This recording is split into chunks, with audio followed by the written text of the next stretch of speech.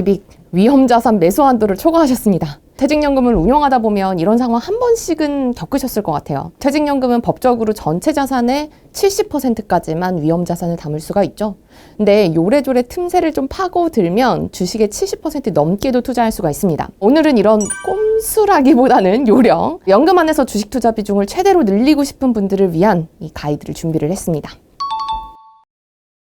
먼저 위험자산 70% 규정이 있는 계좌가 뭔지부터 한번 살펴볼게요. 퇴직연금 계좌가 해당됩니다. 이 회사에서 매년 퇴직금을 적립해주는 DC형 계좌, 그리고 개인이 추가로 연금 더 쌓고 싶을 때 만드는 IRP 계좌. 이 두 개 계좌에서는요, 투자를 할 때 이 주식형 펀드나 주식 혼합형, 그러니까 주식 비중이 펀드 내에서 절반을 넘는 상품들, 이거는 전체 이 계좌의 투자 금액의 70%까지만 담을 수 있어요. 나머지 30%는 안전자산이요. 그러니까 채권형이나 채권 혼합형, 그러니까 주식 비중이 절반이 안 되는 상품으로 채워야 됩니다.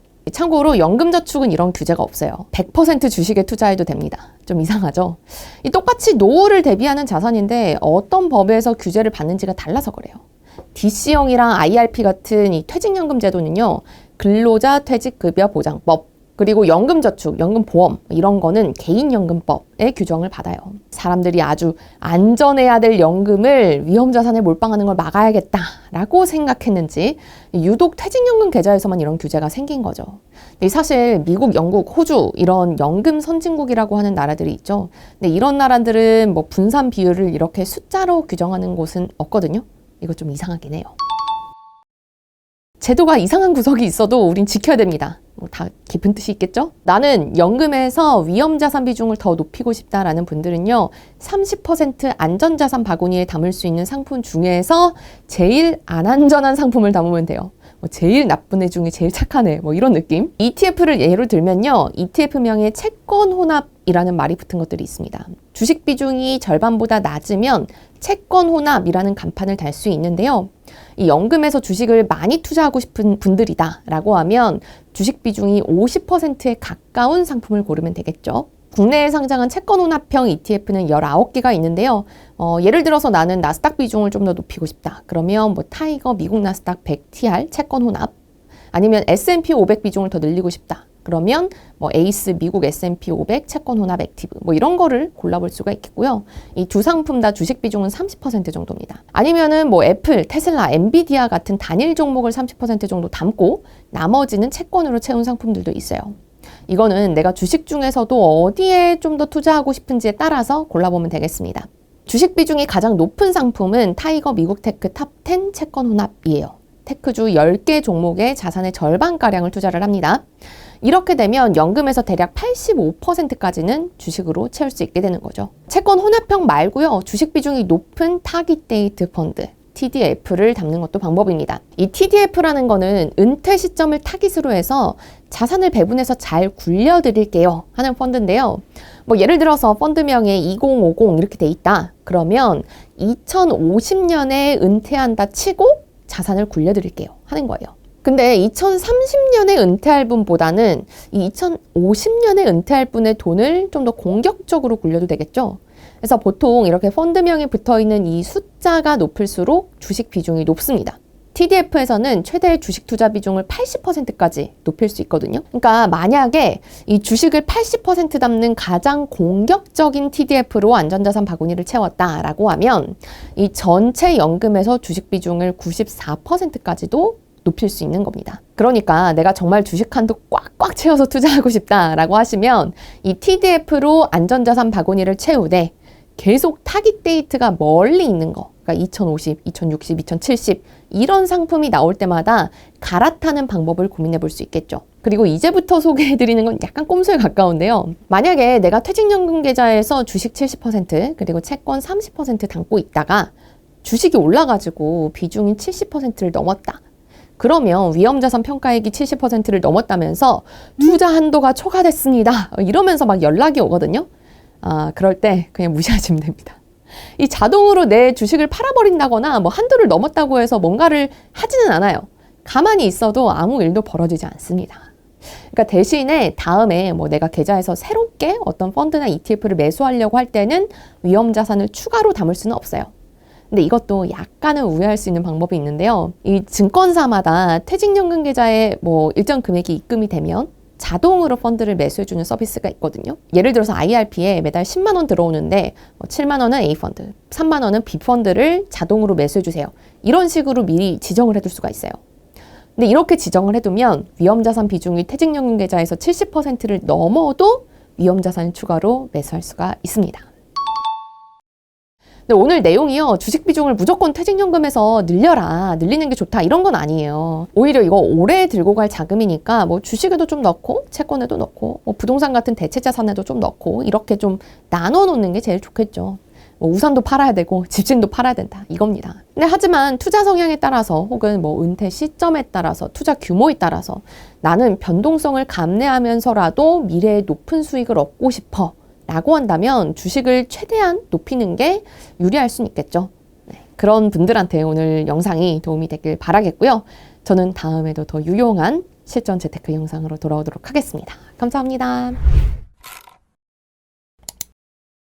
연말이 되면 안 하고 넘어가면 서운한 아이템이 있습니다. 바로 연금이죠. 연말정산에서 조금이라도 더 돌려받으려면 연금 투자하세요가 오늘의 주요 내용인데요. 한코마 구독자분들이라면 아니 이거 누가 몰라 하는 분도 계시기는 하겠지만 이 세상에는요 아직 소외된 이웃이 많습니다. 나만 알지 말고요. 가족, 친구들한테 오늘 영상 널리 퍼뜨려주세요. 최근 몇 년 동안 이게 제도가 야금야금 바뀐 부분들도 많아서요. 오늘은 최신 개정판으로 세금을 얼마나 아낄 수 있는지, 어디에 어떻게 투자하면 되는지를 아주 속속들이 알아보도록 하겠습니다. 나라에서 돈을 준다라고 하면 일단은 받는 게 인지상정이죠. 연금이 딱 그렇습니다. 사람들이 스스로 노후를 대비하게 하려고요. 정부가 나서서 연금에다가 돈 넣으시면 세금 좀 깎아드릴게요, 이렇게 하고 있거든요. 정부는 세금을 깎아주는 범위를 점점 늘려가면서 이 더 많은 돈이 연금으로 들어갈 수 있도록 유도를 하고 있어요. 그러니까 가장 최신판 기준으로 세금을 돌려받을 수 있는 가장 많은 금액은 1년에 최대 148만 5천 원입니다. 조금 더 구체적으로 살펴보면요. 내가 1년에 종합소득이 4,500만 원 혹은 직장인이시라면 근로소득이겠죠. 이 근로소득이 5,500만 원 이하다 하시는 분은 연금에 납입한 금액의 16.5%를 세액 공제해 줍니다. 물론 무제한은 아니고요. 최대 900만 원까지 적용되는 금액입니다. 그래서 900만 원에 대해서 16.5% 이렇게 곱해서 최대 148만 5천 원이 나오는 거죠. 근데 내가 소득이 이거보다 높다 그러면 세금을 조금 덜 깎아줘요. 공제율이 13.2%예요. 그래서 여기에 납입 한도인 900만 원 곱하면 총 118만 8천 원을 아낄 수 있는 겁니다. 세금을 대체 언제 어떻게 깎아준다는 거냐, 이 연말에 우리 한 해 동안 세금을 조금 더 내거나 덜 내지는 않았는지 이거 총 집계해보는, 이게 연말정산이죠. 여기서 일단 1년 동안 얼마나 벌었는지를 살펴보고요. 그래서 내야 될 세금을 계산한 다음에 여기에서 세금을 빼줍니다. 그래서 연말만 되면 이거 막 벼락치기 공부하듯이 연말정산 얼마 안 남았으니까 빨리 연금으로 절세하세요, 이런 컨텐츠들이 막 쏟아져 나오는 거예요. 세금을 빼주는 방식은요, 세액 공제입니다. 약간 깨알 상식으로 말씀을 드리면 내 소득 자체를 줄여서 세율 구간 자체를 낮출 수 있는 걸 소득 공제라고 하고요. 세금 금액을 일단 산출을 하고 여기서 이 금액을 줄여주는 거, 이게 세액 공제인데요. 사람마다 뭐가 더 유리하냐, 이거 유불리는 조금 다를 수 있긴 하지만 보통 소득 공제는 이 세금을 내는 이 적용받는 구간 자체를 낮춰서 세율을 낮게 적용받을 수 있어요. 그래서 고소득자가 세금을 더 많이 돌려받는 효과가 있고요. 세액공제 같은 경우는 이 최종 세금에서 빼는 거니까 뭐 돈 많이 버는 사람이나 적게 버는 사람이나 같은 금액을 돌려받는 구조입니다. 그래서 원래 연금에 돈 넣으면 예전에는 소득공제를 해줬는데 이거 너무 고소득자한테 더 유리하다라는 지적들이 나오면서 세액공제로 지금은 바뀐 상태입니다.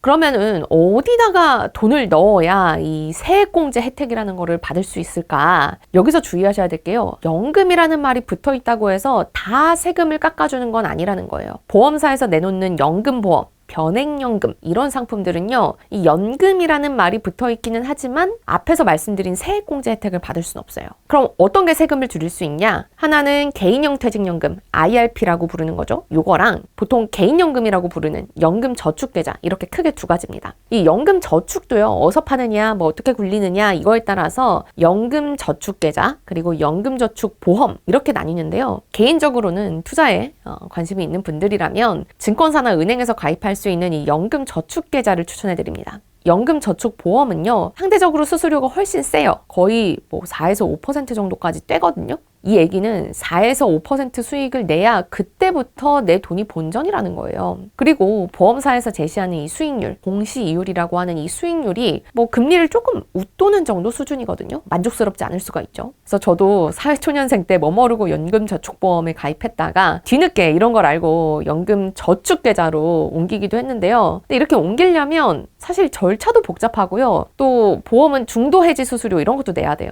그래서 저도 처음부터 그냥 연금저축 계좌를 할 걸 이거를 왜 몰랐나 이런 후회를 조금 했었죠. 그러면은 IRP와 개인연금 이거 두 개 다 만들어야 되냐? 이거는 상황마다 조금 다른데요. 일단 세금을 최대한 줄이고 싶다. 근데 하나만 만들고 싶다. 그러면 IRP 계좌는 꼭 있어야 돼요. 왜냐하면 아까 1년에 세금을 깎아주는 최대 한도가 900만 원이다 이렇게 말씀을 드렸는데요. 이게 연금저축은 600만 원까지만 인정을 해주고요. IRP는 900만 원까지 인정을 해줘요.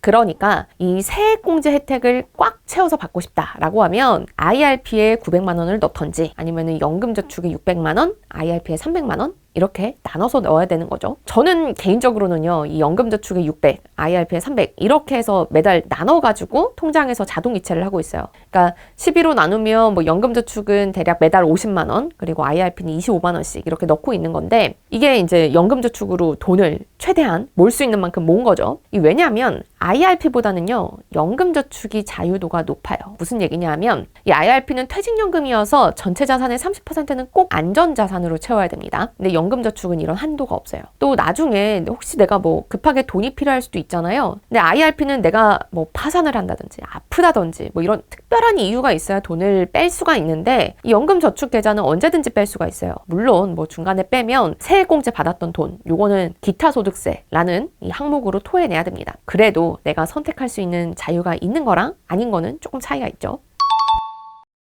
그러면 이 연금에 돈 넣으면 세금 깎아주는 건 알겠는데 내가 한 달에 75만 원씩이나 되는 돈을 꼭 넣어야 될까 하는 의문이 생기실 수가 있는데요. 물론 사람마다 의견은 뭐 다를 수 있긴 하겠지만 저는 이거는 좀 극단적으로 얘기하면 빚을 내서라도 넣어야 되는 거라고 생각해요. 왜냐하면 900만 원에 대해서 최대 16.5%나 되는 확정 수익을 나라에서 주는 거나 똑같잖아요. 여기에 연금계좌에서 돈을 잘 굴려가지고 내가 매년 뭐 돈을 빌린 이자 이상의 수익을 낼 수 있다라고 하면 빚을 내서라도 투자하는 게 이익입니다. 물론 뭐 현실적으로는 당장 필요하지 않은 여유 자금을 넣는 게 최선이긴 하겠지만요.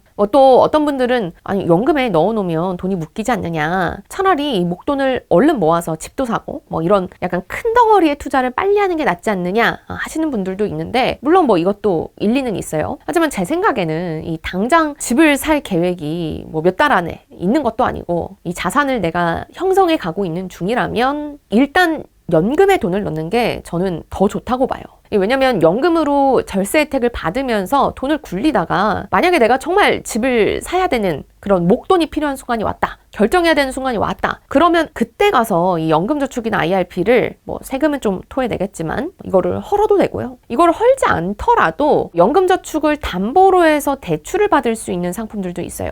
이런 대출 상품들을 활용해서 목돈을 또 보탤 수도 있을 거고요. 그래서 저는 저축과 투자는 최대한 먼저 이 연금 계좌에 몰아서 절세 혜택을 받고 그래도 여윳돈이 남으면 뭐 ISA 계좌라든지 뭐 일반 주식 계좌라든지 이런 데 넣어서 이 돈을 굴리는 식으로 그렇게 재테크를 하고 있습니다. 네, 오늘은 재테크의 기본 중에 기본 연금 절세 방법에 대해서 기본적인 내용을 좀 알아봤는데요.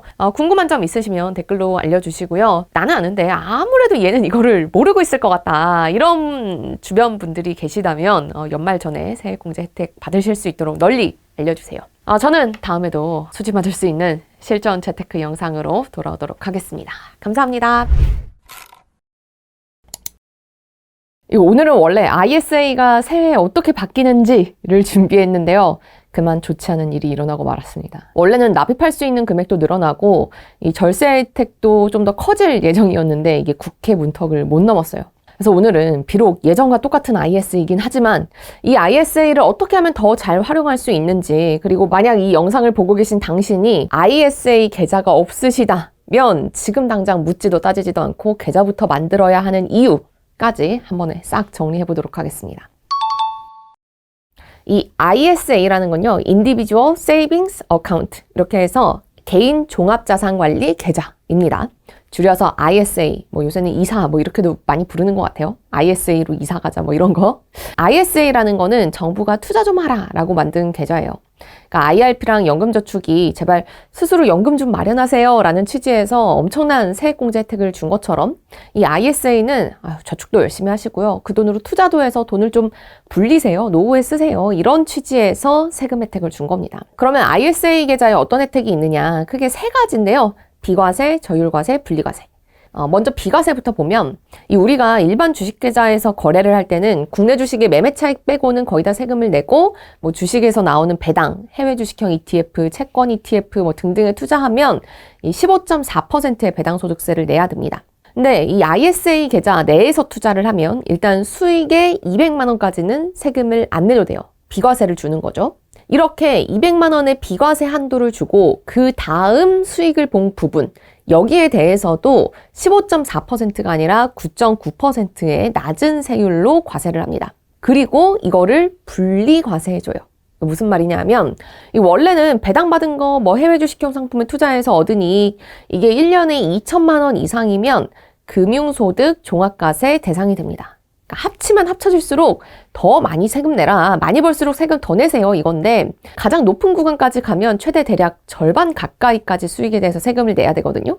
근데 ISA에서 투자하면 이거 합쳐서 안 보겠다는 거예요. 그냥 얼마를 벌든 9.9% 과세하고 끝. 이렇게 세금 깎아주는 거 말고 한 가지 또 더 좋은 게 있어요. 우리는 원래 주식계좌에서 이렇게 사고 팔 때 손익통산, 그러니까 손해보고 이익 본 거를 합쳐서 계산하는 게 아니라 손실 본 건 참 안타깝고요. 근데 이익 본 거에 세금 내세요. 이런 거잖아요. 그런데 ISA 계좌에서는 손해 본 거, 이익 본 거 다 합쳐서 이 순이익 금액에만 세금을 뗍니다. 좀 더 합리적이죠. 우리가 눈물에 손절할 때 꽤 있잖아요. 이때 조금 덜 배가 아프겠죠. 그렇다면 ISA 단점은 없나? 사실 이거는 단점이라기보다 약간 동전의 양면처럼 의무와 권리가 동전의 양면이듯이 이 나라에서 세금을 깎아준다니까 뭔가 제약이 있겠죠. 일단 의무 가입 기간이 3년입니다. 그래서 한 번 가입한 다음에 3년 동안은 계좌를 유지를 해야 되고요. 한도도 있어요. 1년에 2천만 원씩 3년이면 6천만 원 넣을 수 있어요. 또 하나 좋은 건 만약에 오늘 만들어 놓고 아무것도 안 한 다음에 1년이 지났어요. 그러면 2천만 원 한도가 날아가느냐? 그건 아닙니다. 2년째가 되면 이때 첫 번째 해에 2천만 원 안 넣은 거까지 포함해서 4천만 원까지 넣을 수 있어요. 그러니까 일단은 내가 돈이 없고 뭐 투자 계획이 없어 라고 해도 만들어 두시고요. 나중에 활용을 하시면 됩니다. 이게 왜냐면요. ISA는 빨리 만들어가지고 3년이 지나면 해지하고 또 다시 가입하고 거기에 돈 넣어서 굴리다가 3년이 지나면 또 빨리 해지하고 이렇게 계속 많이 굴리는 게 제일 이득이에요. 왜냐면 아까 비과세 한도가 200만 원이 있다 이렇게 말씀드렸잖아요. 근데 요거는 계좌를 해지할 때마다 적용이 되는 거거든요. 그러니까 ISA 풍차, 그러니까 해지하고 가입하고 해지하고 가입하고 이거를 계속 돌리면 돌릴수록 비과세 한도를 계속 받을 수 있는 유리한 구조인 거죠. 그러니까 일단 ISA 계좌가 없으시면 빨리 만들어 두시는 게 무조건 이득입니다. 안 쓰면 말고요. 뭐 계좌 만들 때 돈 드는 것도 아니잖아요. 맘 바뀌어서 또 내가 돈이 생겨서 유용하게 써먹을 수가 있으니까요. 꼭 만들어 두시길 바라겠습니다. 또 한 가지 또 좋은 점이 있어요. 계속 좋은 점이 나오는데 이 최소 3년 동안 계좌를 유지해야 되기는 하지만 원하면요 중간에 아무 페널티 없이 내가 납입한 원금을 인출할 수가 있어요. 뭐 물론 대신에 인출한 만큼 한도는 사라집니다. 그러니까 예를 들어서 제가 ISA 계좌에 2천만 원 넣었다가 갑자기 돈이 필요해가지고 1,500만 원을 뺐어요. 근데 다시 뭔가 자금 사정이 좋아졌어. 그렇다고 해서 이 1,500만 원을 다시 넣을 수는 없다는 거죠. 그러니까 연간 2천만 원 납입 한도가 있다라는 거는 입금을 기준으로 한 거다. 이렇게 생각하시면 제일 좋을 것 같아요. 이쯤 되면 ISA 계좌 당장 만들어야겠다 이런 생각이 드시죠? 그러면 어떻게 만들어야 될까? 일단 누가 가입할 수 있는지 이것부터 확인을 해보면 일단 만 19세 이상이어야 되고요. 그리고 직전 연도에 근로소득이 있어야 됩니다. 그리고 최근 3년 동안 한 번이라도 금융소득 종합과세 대상이 아니었어야 돼요. 그러니까 1년에 2천만 원 이상 금융소득으로 돈 벌었으면은 이거 ISA 혜택은 못 드립니다 라는 거죠. 그리고 내가 작년에 근로소득이 만약에 5천만 원보다 적었다. 그러면 서민형 ISA라고 해서 일반형은 비과세 한도가 200만 원인데 이거를 400만 원까지 늘려줘요. 이거는 사실 이제 내 소득 수준에 따라 정해지는 거라 내가 고민해서 정할 건 없는데 또 하나 고민해서 정해야 될 게 있습니다. 뭐냐면 ISA의 유형이에요. 이 유형으로 세 가지가 있어요. 중개형, 신탁형, 일임형 이렇게 세 가지가 있는데요. 그냥 이거는 맘 편히 증권사에서 중개형 하시면 됩니다. 일임형은요, 금융사에 그냥 다 맡기는 거예요. 수수료 비싸겠죠? 신탁형은요, 내가 예금을 ISA에서 반드시 꼭 해야겠다라는 분이라면 신탁형을 하셔야겠지만 그렇지 않다면 이 중개형이 제일 투자할 수 있는 상품 종류도 많고요. 보수도 낮습니다. 거의 대부분의 자산을 여기에 다 집어넣을 수가 있어요.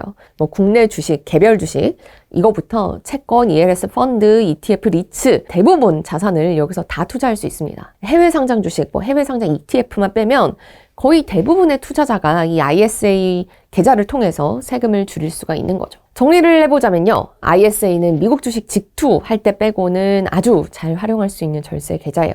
사실 또 이런 절세 계좌들의 약점이 환금성, 돈을 못 빼는 건데 ISA는 원금까지는 언제든지 뭐 뺄 수 있으니까 환금성까지 좋아요. 그러니까 투자를 하신다면 일단은 증권사 계좌에서 이걸 할 게 아니라 ISA 계좌를 만들어가지고 이 한도부터 채워서 돈을 굴리고 그 다음에 정말 내가 돈을 더 굴리고 싶다라고 하면 밖에서 굴리는 게 제일 이득이겠죠. 그러니까 ISA는 없으신 분들이라면 오늘의 영상의 교훈 당장 정말 바로 만드셨으면 좋겠습니다. 오늘 영상 도움이 되셨다면 널리 퍼뜨려 주시고 궁금한 점 있으면 댓글로 알려주세요.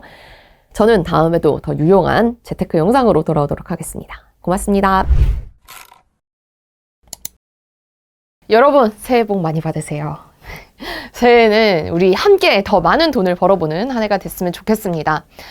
해가 바뀌면서 이 앞으로도 재테크 계획 많이 세우실 것 같은데요. 그래서 오늘은 그동안 다뤘던 다양한 절세 계좌들이 있죠. 근데 이거 새해가 되면 입금 한도가 새로 생기잖아요. 이렇게 새롭게 생긴 한도 중에 이 어떤 거를 먼저 채워야 제일 효율적인 건지 이걸 함께 살펴보도록 하겠습니다. 연금저축, IRP, ISA 중에 대체 뭐에 가입해서 어떻게 돈을 넣어야 되는 거냐 하셨던 분들 오늘 끝까지 봐주세요.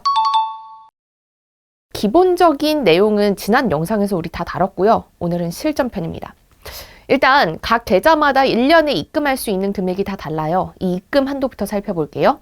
IRP와 연금저축은요. 합쳐서 1년에 1,800만 원입니다. 이 특이한 건 이 한도를요. 계좌마다 본인이 설정을 해야 돼요. 그래서 IRP나 연금저축 가입할 때 뭐 입금 한도 정하세요 이렇게 돼 있는데 예를 들어서 A IRP의 입금 한도를 내가 1,300만 원으로 해놨다. 그러면 B 연금저축 계좌는 500만 원이 최대 한도인 시기예요. 그러니까 내가 어디에 얼마를 입금할지를 정해서 이거를 이제 설정을 해놔야겠죠. 근데 처음 가입할 때 아무렇게나 해놨다라고 하더라도 뭐 앱을 통해서 늘 한도를 바꿀 수 있으니까 이 영상 보시고 바꾸시면 됩니다. 그리고 ISA의 투자 한도는 1년에 2천만 원입니다. 근데 이거 최소 3년은 계좌를 유지해야 되니까 총 6천만 원까지 넣을 수 있고요. 그리고 최대 5년 동안 1년에 2천만 원씩 해서 총 1억을 납입할 수 있습니다. 그리고 그 뒤로 계좌를 얼마나 유지할지는 자기 자유입니다. 근데 다만 제가 지난 영상에서도 말씀드렸지만 이 비과세 한도를 많이 누리려면 최대한 이 ISA 풍차를 많이 돌리는 게 유리해요. 가입하고 해지하고 가입하고 해지하고 그때마다 비과세 한도 200만 원을 적용을 받으니까요. 자, 그러면 우리 이렇게 해서 1년 동안 우리가 활용할 수 있는 절세 한도는요. 연금저축, IRP, ISA 이렇게 합쳐서 총 3,800만 원입니다. 근데 솔직히 1년에 3,800만 원 저축하기가 쉽나요? 이거 한 달에 한 300만 원 넘게 투자에다가 돈을 넣어야 된다는 건데 이렇게 하실 수 있는 분들은 뭐 일단 축하드리고요. 여튼 이것보다 내가 여유 투자금이 좀 적다라고 하시는 분은 순서를 정해서 제일 효율적인 것부터 넣어야 될 텐데요. 각자의 상황에 따라서 어떻게 하면 좋을지 제가 두 종류로 정리를 해봤습니다. 근데 그 전에 한 가지 미리 우리가 머릿속에 넣어야 될 거는 우리가 오늘 다루는 절세 계좌의 핵심은 세금을 줄여준다는 거죠. 근데 정부가 세금을 그냥 줄여주는 게 아니라 우리의 노후를 대비하기 위해서 오래 투자하라고 세금을 줄여주는 겁니다. 그러니까 세금을 많이 줄이려면 돈을 오래 묶어놔야 되고요. 돈이 묶이는 게 싫으면 세금을 덜 줄이게 돼요. 그러니까 둘 다 잡는 방법은 없어요. 시소 같은 겁니다. 그래서 세금을 제일 많이 줄일 수 있는 순서 그리고 황금성을 제일 중요하게 생각한 순서, 이렇게 두 가지를 말씀드릴 건데요. 먼저 세금을 제일 많이 줄일 수 있는 순서입니다. 지금 보고 계시죠? 이렇게 순서에 맞춰서 납입을 하시면 되는데요. 이거 왜 이렇게 되는지 하나하나 설명을 드릴게요. 일단 연말정산에서 세제 혜택을 가장 많이 받을 수 있는 계좌는 연금저축, IRP 이렇게 두 개예요. 두 개 합쳐서 1년에 900만 원까지 최대 16.5% 곱해서 148만 5천 원을 연말정산에서 돌려주죠. 그래서 이걸 제일 먼저 채우는 게 세금을 가장 많이 줄일 수 있습니다. 그런데 연금은 1년에 600만 원까지만 세액공제를 해줘요. 그래서 먼저 연금저축에 600만 원을 채우고요. 그 다음 IRP에 300만 원을 넣어서 총 900만 원의 세액공제 한도를 맞춰놓는 게 제일 유리합니다. 근데 여기서 연금저축을 먼저 채우라 라고 말씀드리는 이유는 두 가지인데, 먼저 연금저축은 투자할 때 IRP처럼 위험자산의 70%까지만 투자할 수 있다, 이런 한도가 없어서 더 자유롭게 투자할 수 있고요. 두 번째는 황금성이 더 좋습니다. 만약에 내가 나중에 너무 돈이 급해서 연금을 깨야 될 때, 이때 연금저축은 일부만 해지를 할 수 있는 반면에 IRP는 특별한 사유가 있어야 되고요. 계좌 전체 금액을 한 번에 해지를 해야 됩니다. 그리고 또 연금저축은 돈이 급하면 이걸 담보로 대출을 받을 수 있는 상품이 있는데, 이 IRP는 대출 상품이 없어요. 이 연금은 55세까지는 안 깨야지 하고 넣는 거긴 하지만 또 사람 일 모르잖아요. 그래서 혹시 모를 황금성 면에서도 연금저축이 더 유리합니다. 이렇게 세액공제 한도 900만 원을 다 채운 다음에 그 다음에 ISA로 눈을 돌려요. 일단 1000만 원까지 또 ISA로 채웁니다. 아니 전체 한도 2천만 원이라면서 왜 굳이 1000만 원으로 쪼갠 거죠? 라고 하실 수도 있는데, 이거는 나중에 ISA가 만기가 됐을 때 이 돈이 세액공제를 받을 수 있는 돈으로 변신하기 때문이에요. 그러니까 ISA 3년 만기가 지나고 나서 이거 연금저축이나 IRP 계좌로 추가 입금을 할 수가 있어요. 근데 이 중에서 3천만 원까지는 10%, 즉 300만 원을 추가 세액공제 대상으로 넣어줍니다.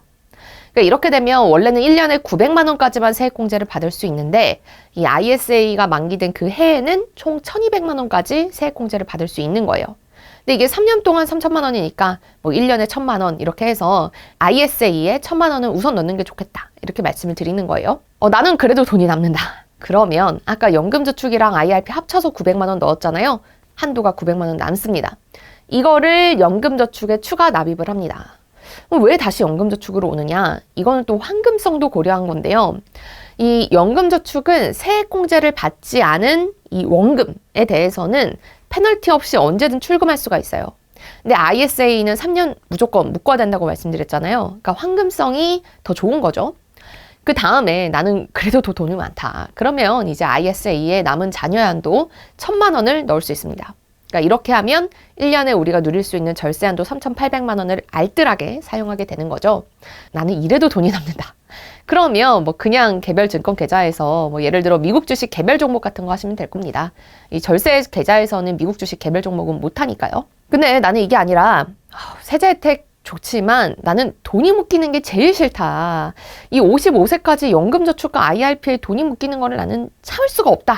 이런 분들이라면 이 황금성을 최우선으로 생각해서 ISA를 잘 활용을 하셔야 됩니다. 이 ISA는 만기가 3년이니까 55세까지 돈이 묶이는 연금저축, 그리고 IRP보다는 일반적으로 황금성에서 더 유리하겠죠. 그러니까 내가 54세인데 그러면 연금저축에 지금 가입해가지고 1년 뒤에 찾을 수 있는 거 아니냐? 하실 수도 있지만 이거 아닙니다. 그러니까 연금저축이랑 IRP는 최소 5년은 유지해야 연금으로 찾을 수가 있어요. 그러니까 이래저래 따져봐도 ISA가 이 절세계좌 3총사 중에서는 황금성에서는 제일 좋죠. 그래서 나는 절세 혜택보다는 일단 황금성이다 라고 하시는 분들은 이 ISA 투자 한도 2천만 원을 제일 먼저 채우시고요. 그 다음에 연금저축 세액공제 한도인 600만 원 채우고요. 그 다음에 여기에 연금저축 추가 한도 1200만 원 추가로 채우시면 되겠죠. 그러니까 연금저축에 이 600만 원은 세액공제를 받았으니까 인출하기는 어렵겠지만 이 1200만 원 나머지 원금에 대해서는 인출이 언제든 가능하니까요. 그러면 저는 어떻게 하느냐? 저는 세액공제 혜택 제일 먼저 챙깁니다. 1년에 최대 148만 원, 연봉이 5천만 원 이상이면 118만 원을 매년 나라에서 돌려주는 거잖아요. 근데 이렇게 10% 넘는 확정 수익 거둘 수 있는 상품이 세상에 어디 있겠어요. 그래서 저는 아무리 환금성이 나빠도 이거는 꼭 하셔야 된다고 생각을 하고요. 이게 그리고 이 돈이 다른 데 가는 게 아니라 내 노후를 위해서 불어나고 있을 돈이잖아요. 그래서 저는 첫 번째 소개시켜드린 대로 먼저 연금저축, IRP, 그 다음에 ISA 이런 순서로 차곡차곡 돈을 넣고 있습니다. 여러분도 이 오늘 보신 내용을 바탕으로 이 새해에는 자기한테 꼭 맞는 재테크 절세 전략을 세워보셨으면 좋겠습니다. 새해 복 많이 받으시고요. 오늘 영상 시청해주셔서 감사합니다. 제가 최근 영상에서 계속 이 절세계좌 3종 세트, ISA, IRP, 연금저축에 대해서 다루고 있는데요. 이 영상들에 굉장히 많은 분들이 댓글로 질문을 해주셨어요. 영상에서 미처 담지 못한 어떤 디테일한 부분들이나 특수한 상황에서는 어떻게 해야 되는지 이런 거를 주로 물어보셨는데요. 예를 들면 예전에 만들고 까먹었던 ISA가 있는데 이거 그냥 해지하고 다시 가입해야 되나요? ISA 풍차 돌리기가 꼭 좋은 건가요? 이런 질문들. 오늘은 영상에 달렸던 댓글들을 모아서 속 시원하게 파헤쳐 보도록 하겠습니다. 네, 첫 번째 질문. 결정세액이 0이거나 적은 사람도 연금저축이나 IRP에 투자해야 되나요? 되게 좋은 포인트예요. 연금저축, IRP, ISA 이렇게 비교를 해보면 일단 공통적으로는 과세 이연, 그러니까 상품을 팔아서 수익이 났을 때 세금을 떼는 게 아니라 세금 내는 시점을 뒤로 밀어주는 거는 똑같아요. ISA는 계좌 해지할 때, 연금저축이랑 IRP는 나중에 55세 이후 연금으로 받을 때 세금을 내는 효과가 있고요. 또 저율과세, 그러니까 세금을 원래보다 낮은 세율로 매기는 것도 똑같습니다. 연금저축과 IRP는요, 연금으로 받으면 연금소득세 3.3에서 5.5% 떼고요. ISA는 계좌 해지할 때 비과세 200만 원 수익에 대해서 빼주고 그 이상 수익에 대해서는 9.9%를 내죠. 근데 그러면 이 세 개의 가장 큰 차이가 뭐냐? 세액공제 혜택이 있는지 없는지 여부입니다. 연금저축과 IRP에는 세액공제 혜택이 있고 ISA는 없고 이게 제일 큰데 이 연금저축과 IRP는 연 900만 원까지 소득에 따라서 16.5%나 13.2%를 곱해서 세금에서 빼주는 구조죠. 근데 이미 뺄 게 없다. 즉 결정세액. 내가 내야 되는 세금이 없다면 더 깎아줄 게 없겠죠. 우리 당근 무료 나눔 하러 가서 굳이 흥정해서 뭐 하겠어요. 어차피 공짜인데. 그래서 이렇게 결정세액이 0이거나 아주 작은 경우에는 만기가 짧은 ISA에 먼저 가입하시는 것도 방법이겠죠. 더 환금성이 좋으니까요. 네, 두 번째, 이 ISA 가입 중에 금융소득 종합과세 대상이 됐습니다. 이런 경우에도 만기가 돌아오면 해지해야 되나요? ISA 풍차 돌리기 해야 되나요? 이 말씀인데 이자나 배당을 합쳐서 1년에 2천만 원 이상 수익을 내면 금융소득 종합과세 대상이 되죠. 이자 배당뿐만 아니라 국내 증시에 상장한 해외 주식형 ETF 여기서 나온 수익 같은 것들도 다 포함이 되고요. 사실 금융소득 종합과세가 엄청 부자들이 내는 것 같지만 이게 또 생각보다는 쉽게 대상이 되기도 해요. 특히 이 장기 투자를 했을 경우 예를 들어서 내가 3년 전부터 한 달에 100만 원씩 국내에 상장한 나스닥 ETF 꼬박꼬박 샀다. 그럼 지금 투자 수익률 대략 한 60% 정도 되거든요.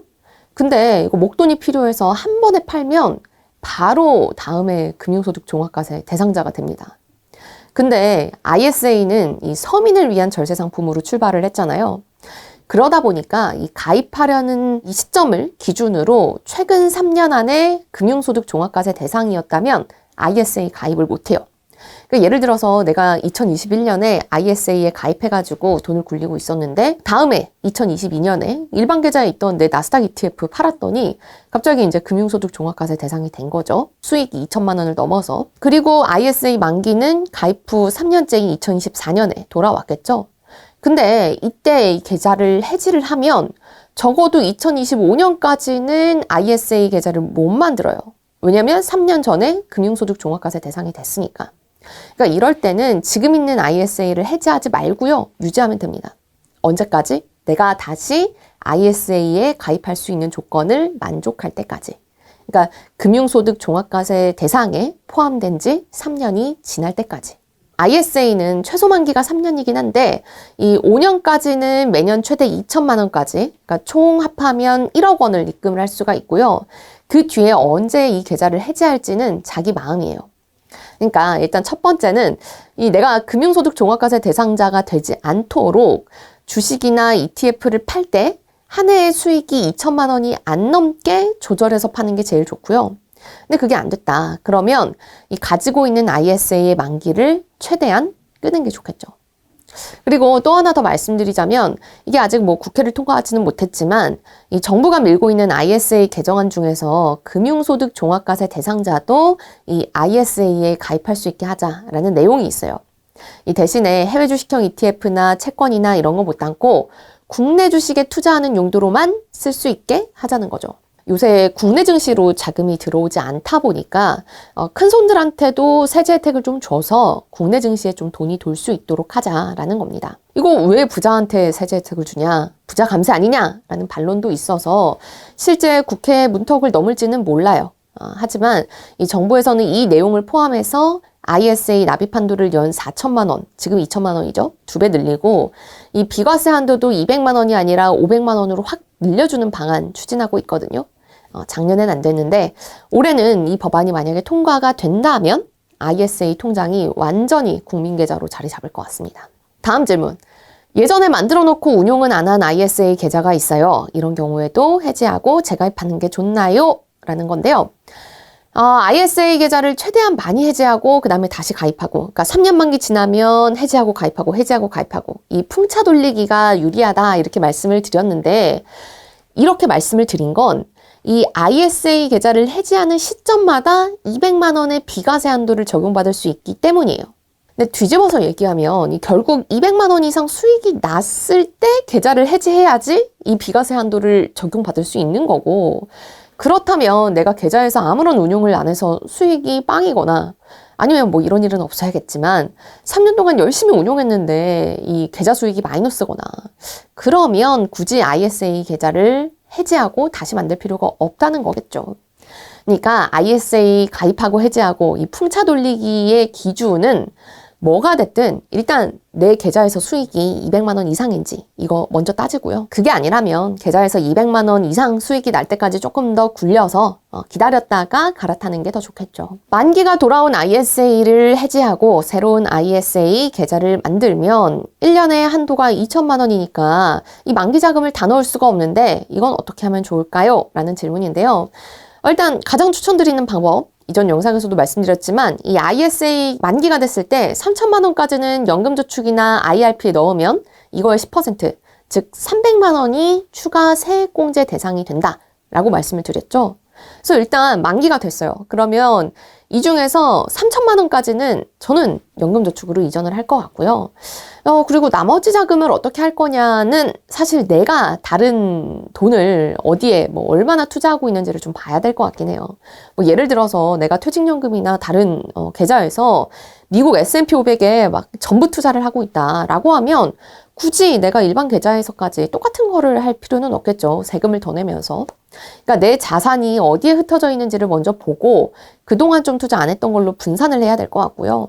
좀 일반론적으로 말씀을 드리면 이 절세 계좌에서는 해외 주식 개별 종목을 직접 투자할 수는 없으니까 뭐 내가 해외 종목 중에 관심 있었던 거 이런 것들을 좀 넣어본다든지, 아니면은 매매 차익에 세금이 없는 국내 주식, 아니면 국내 주식형 ETF를 담는다든지, 저라면 그렇게 할 것 같습니다. 그리고 이제 마지막 질문, 혹시 기자님 화면 왼쪽에 있는 소나무 여기 지금 있죠? 네, 이거 정보 좀 얻을 수 있을까요? 보고 있으면 마음이 편한 게 하나 구비해 두고 싶네요 라고 하셨는데요. 네, 이건 CG입니다. 저희 지금 이렇게 촬영을 하고 있어요. 네, 여러분 안녕하세요. 라이브로는 정말 오랜만에 인사를 드리는 것 같아요. 오늘 굉장히 중요한 이슈가, 또 ETF 투자하시는 분들이 굉장히 관심을 가지실 만한 이슈가 있어가지고 제가 깊이 나수현 PD랑 같이 긴급 라이브를 편성을 했습니다. 오늘 말씀드릴 내용은 이미 썸네일이랑 다 보고 이제 들어오셨겠죠? 해외 펀드에 대한 절세 계좌 내에서 정확히 말하면 배당, 그러니까 분배금에 대한 ETF로 치면 분배금에 대한 세제 혜택이 사라졌다라는 내용이고요.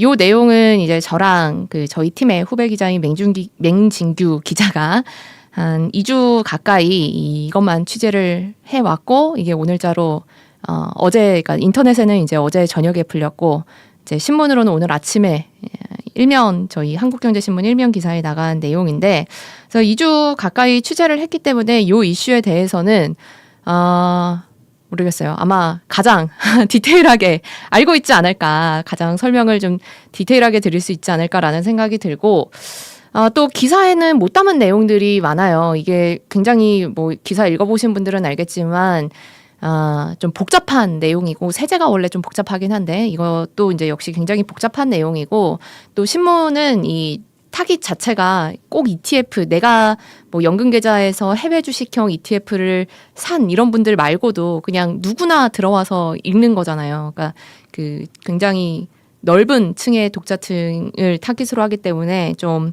디테일한 부분이라든지 이런 부분을 못 담은 게 많아요. 그래서 그 부분까지 오늘 다 설명을 해드리려고 하고요. 제가 먼저 이렇게 쭉 설명드리고 그 다음에 궁금한 부분들이 아마 많으실 거예요. 이 이슈가 아직 뭔가 이렇게 정부도 대책을 마련하고 있기 때문에 뭔가 속 시원하게 해결된 것도 없고 또 복잡해서 아마 궁금한 게 많으실 텐데, 끝난 다음에 Q&A에서 좀 질문도 같이 한번 다뤄보도록 하겠습니다.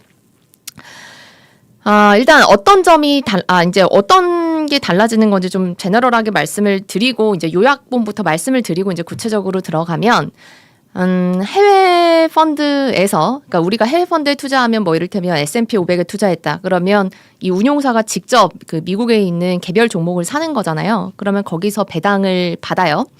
근데 이 배당을 받을 때 이 세금을 어디에 낼 거냐를 놓고 원칙은 하나 확실합니다. 미국에도 내고 한국에도 내면 안 되는 거예요. 그러니까 이중과세는 안 되는 것이야.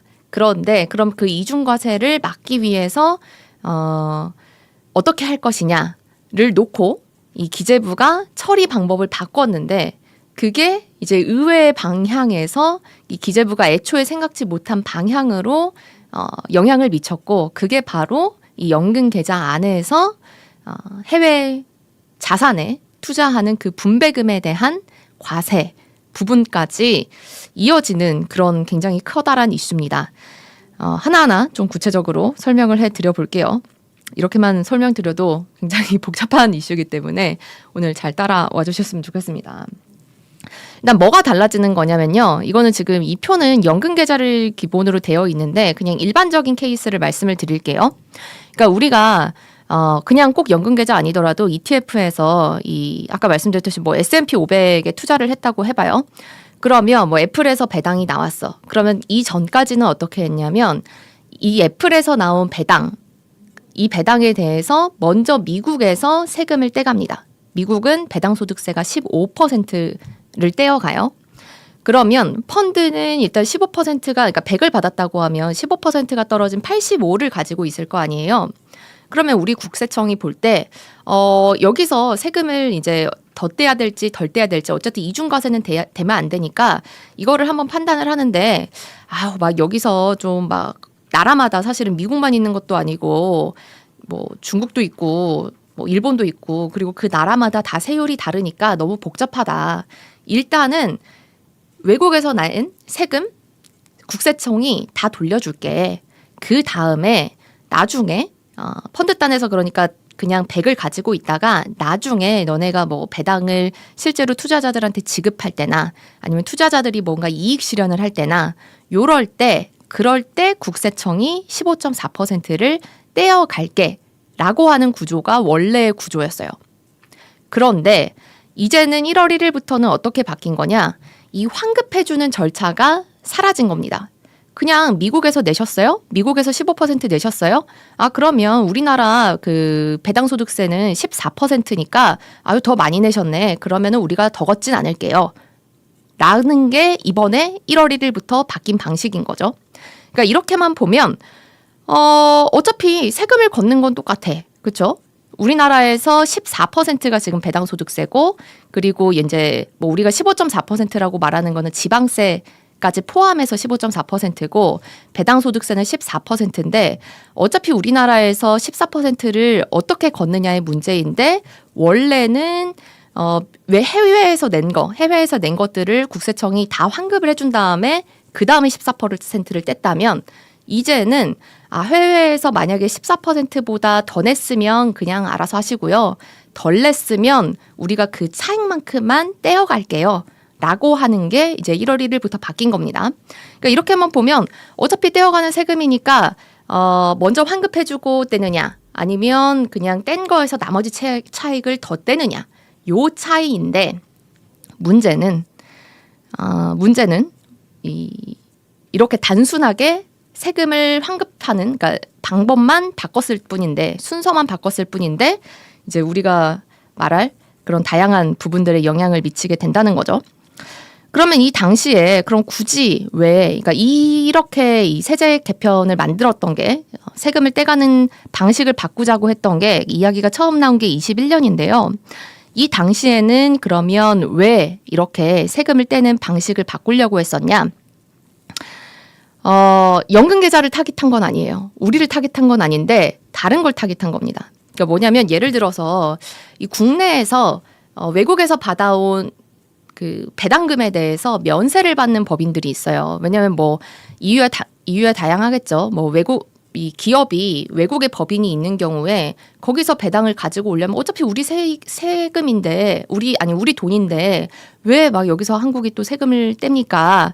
우리 돈으로 우리 외국 법인에 있는 거 뭐 배당은 좀 더 쉽게 받게 해주세요라든지 뭐 이런 등등의 이유 때문에 국내에서 이런 배당에 대해서 면세 혜택을 받는 그런 일부 법인들이 있어요. 그런데 이 전처럼 이렇게 국세청이 환급을 해주고 그 다음에 세금을 떼는 이런 절차를 밟다 보니까 이 국내에서 면세를 받는 법인들 입장에서는 일단 미국에서 세금 뗐어. 그런데 그거를 국세청이 환급을 해줬어. 그런데 뒷단에서 우리는 비과세니까 국세청이 세금도 안 떼어가. 그럼 결국 어떻게 되죠? 우리가 해외에서 낸 세금을 국세청이 대신 내줬네? 뭐 이런 결과가 이어지는 거잖아요. 그러니까 모두에게 그런 건 아닌데 일부 면세 법인의 경우에는 국세청이 굳이 왜 국고로 이런 법인들이 해외에서 낸 세금까지 우리가 보전을 해주느냐 이런 문제 의식이 있었고 그래서 이런 케이스를 없애려고 우리 원래는 연금 계좌에서 무슨 세제 혜택을 없애려고 했던 게 아니라 이런 부분, 그러니까 일부 비과세 법인에 대한 과도한 환급을 막기 위해서 이렇게 중간에 환급해주고 이런 절차를 없앤 거였는데 문제는 이게 이제 이 일반 계좌가 아니라 절세 계좌에서는 문제가 생겼다는 게 우리가 지금 충격적으로 받아들이고 있는 그런 사실인 거죠. 그래서 사실은 이 펀드 상품단에서는 별 문제가 없어요. 그러니까 세금을 펀드에서 100을 가지고 있다가 나중에 투자자한테 85를 줄 거냐 아니면 펀드에서 애초에 85를 가지고 있다가 투자자한테 85를 줄 거냐의 차이예요. 그러니까 세금을 언제 떼느냐 뭐 이런 거의 차이라고 볼 수 있지 일단 기본적으로는 문제가 아닌데 문제는 일반 계좌가 아니라 이 세금을 납부하고 그리고 우리가 실제로 뭐 연금으로 받든 아니면 ISA 계좌를 3년 뒤에 해지를 해서 받든 이 시점의 차이가 큰 절세 계좌에서는 문제가 생긴다는 거죠.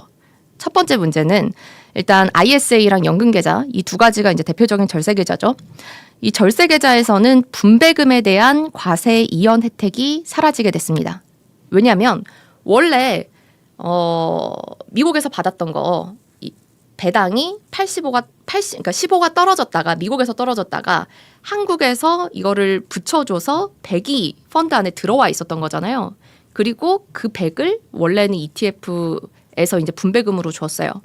그래서 연금 계좌 안에서는 이 100을 가지고 있다가 이걸로 재투자도 하고 뭐 이런 효과를 이제 계속 누리고 있었던 것인데 이제는 100을 펀드 안에 담는 게 아니라 85를 펀드 안에 담고 있게 되다 보니까 이 미리 세금이 떼진 상태에서 분배금을 받게 되는 거죠.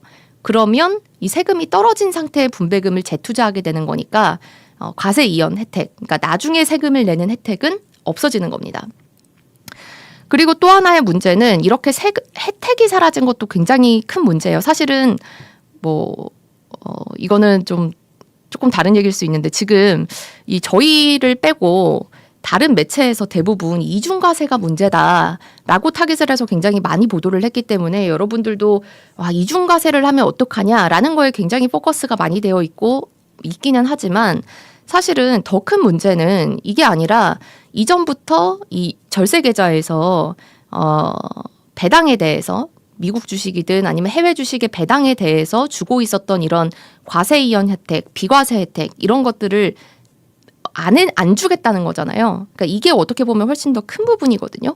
근데 어쨌든 저는 그렇게 생각하는데 이런 문제가 있고 그리고 이렇다 보니까 분배금에 대한 이중과세 문제도 생기는 거죠. 그러니까 85로 떨어져서 나와서 받았는데 그러면 그게 이제 85가 ISA 계좌에 있다가 나중에 ISA 계좌를 해지하면 9.9%를 또 맞는 거 아니냐. 그러면 이 분배금만 빼고 9.9%를 과세하려고 하더라도 아니 이게 분배금에서 나온 건지 아니면 재투자한 수익인지 이게 계속 섞이다 보면 꼬리표가 없잖아요, 돈에. 그러다 보니까 어쩔 수 없이 이중과세가 될 수밖에 없는데 이거는 어떻게 하느냐라는 게 지금 생기고 있는 문제인 거죠. 네, 그래서 이렇게 기재부가 세금을 이중과세를 막기 위해서 해외 자산의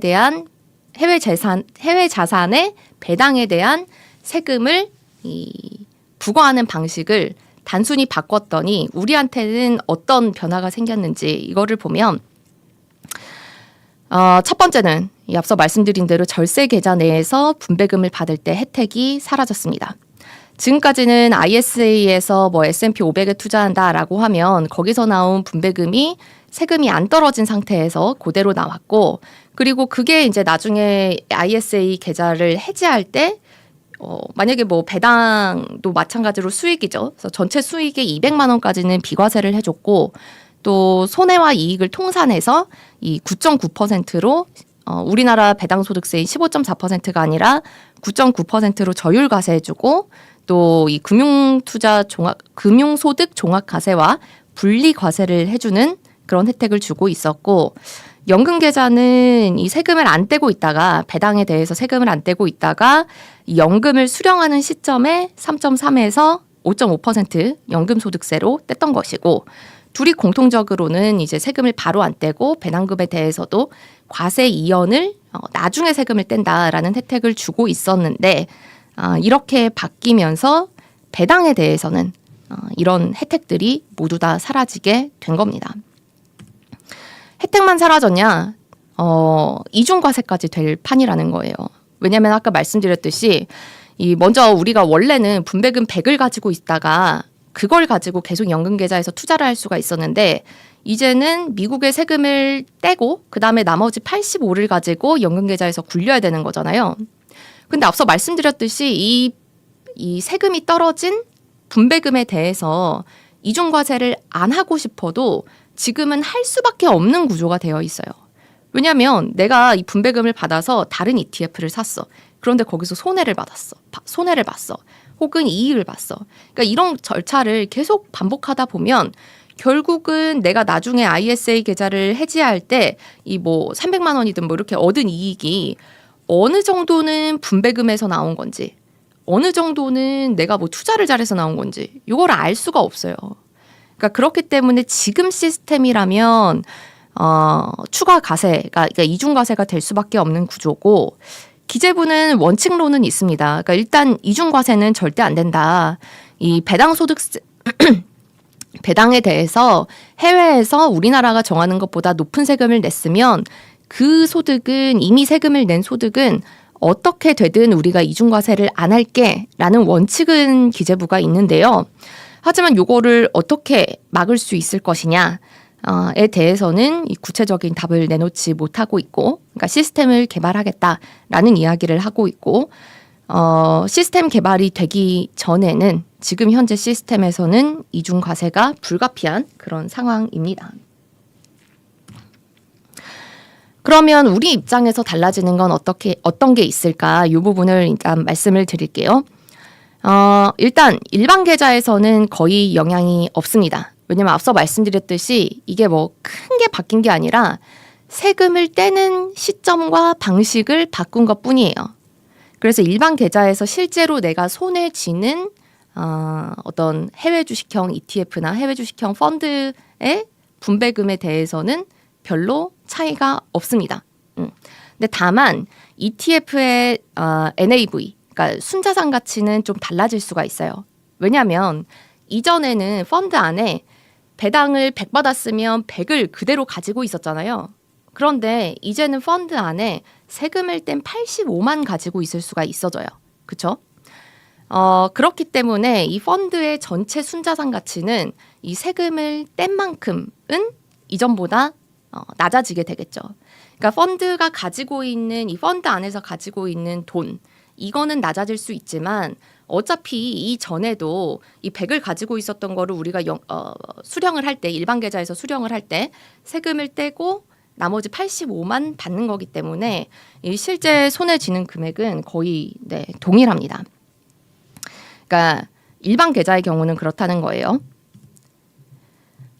그렇다면 여기서 이제 하나 또 이거 궁금해하시는 분들이 많을 것 같은데 어제 요 이슈랑 동시에 좀 ETF 투자자들 사이에서 핫했던 이슈가 타이거 나스닥백이 분배금이 많이 줄었죠. 그래서 요 분배금이 줄어든 원인이 뭐냐, 왜 이렇게 갑자기 줄었느냐를 놓고 또 굉장히 투자자들과 업계 사이에서도 많은 이 바이럴이 됐었는데, 그러니까 이 일반 계좌에서 영향이 없다는 점을 감안하면 타이거 나스닥백의 이 분배금이 크게 줄어든 거. 그러니까 원래는 한 180원, 190원, 뭐 많을 때는 210원 이렇게도 분배가 됐는데 이번 1분기에는 70원이 분배가 되면서 이 부분이 논란이 됐던 거거든요.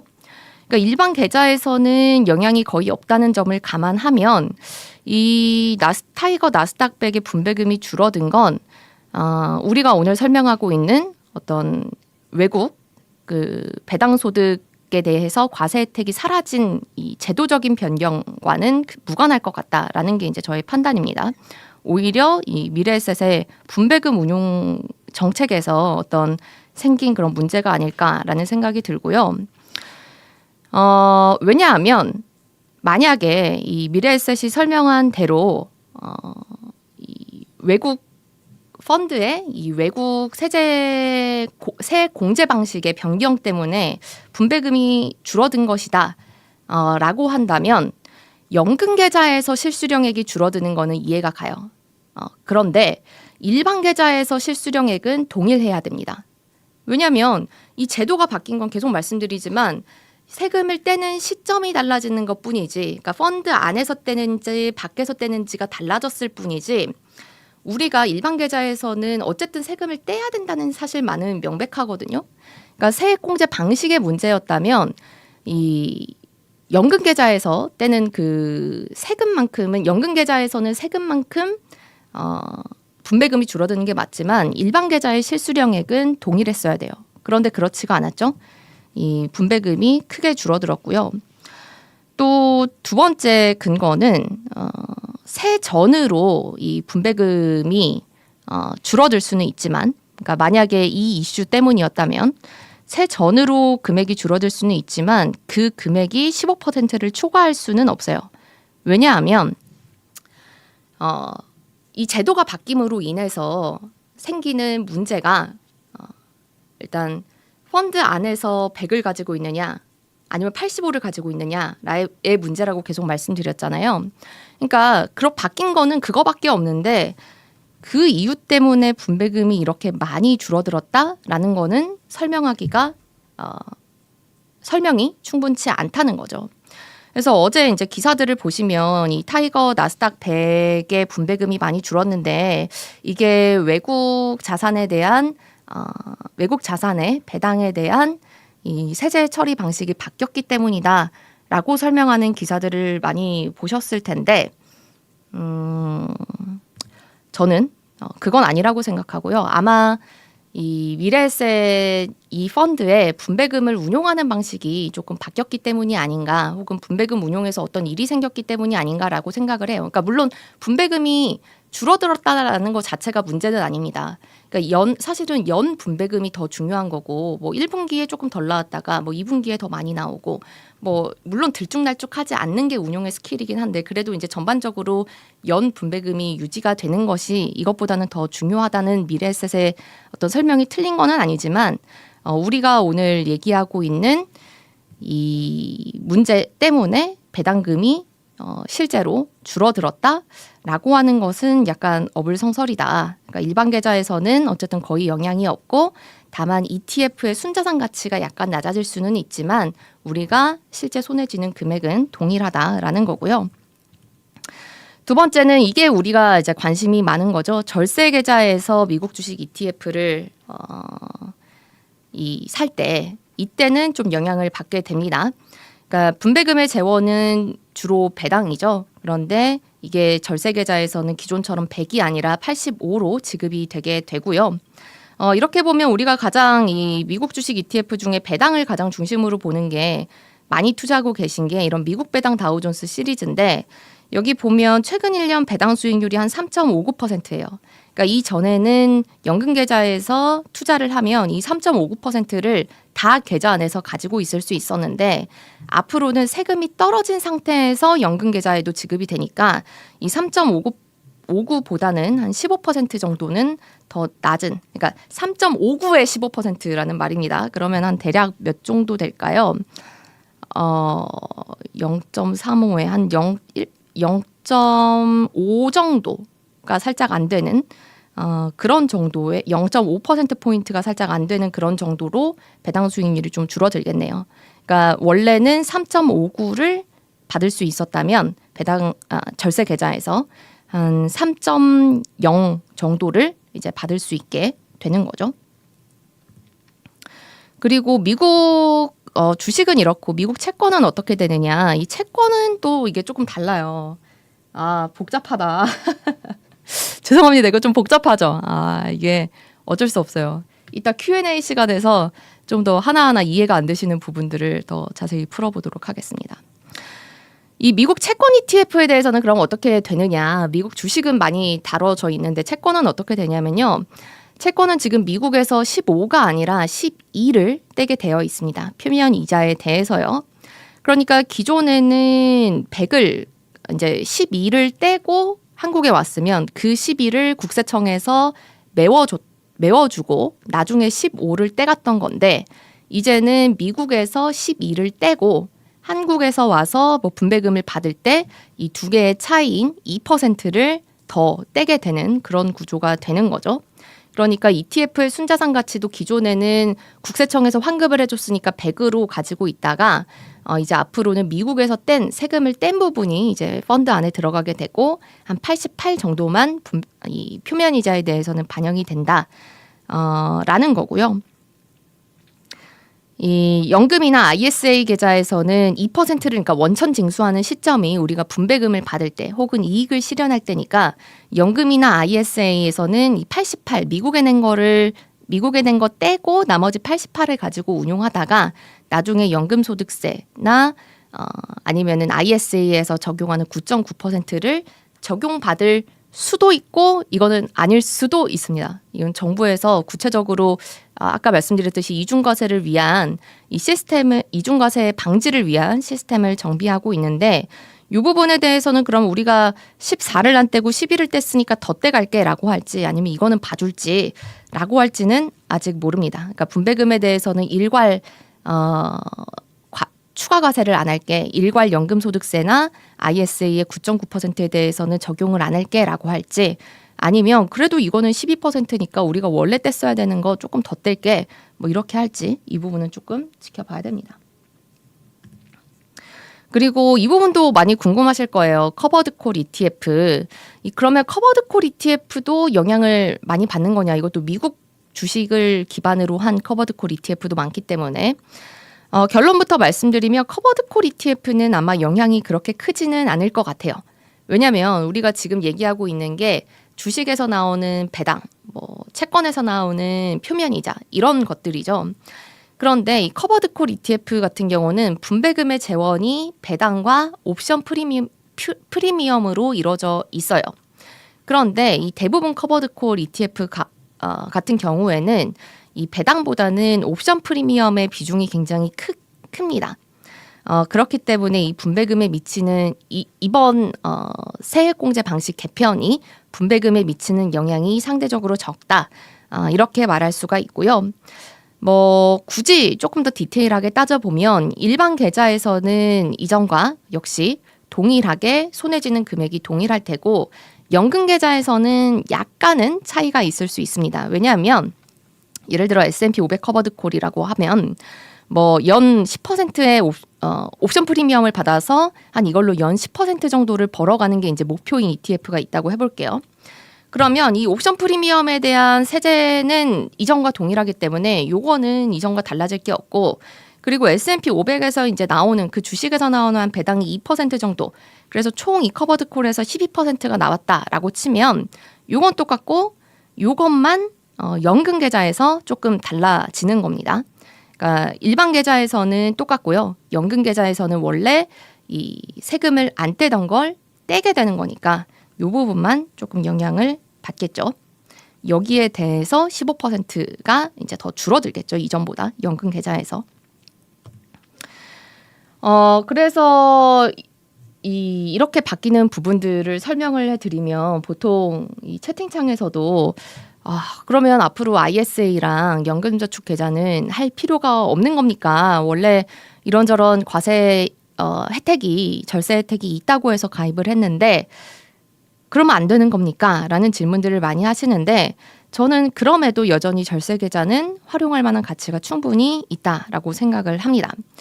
왜냐하면 우리가 절세 계좌에서 누릴 수 있었던 혜택이 배당이 있고 그러니까 ETF로 치면 분배금이 있고 또 매매 차익이 있잖아요. 그런데 이 지금 바뀐 건 배당에 대한 절세 효과, 뭐 비과세, 저율과세, 과세 이연 효과는 사라졌지만 이 매매 차익에 대한 비과세, 저율과세, 과세 이연 효과는 여전히 존재합니다.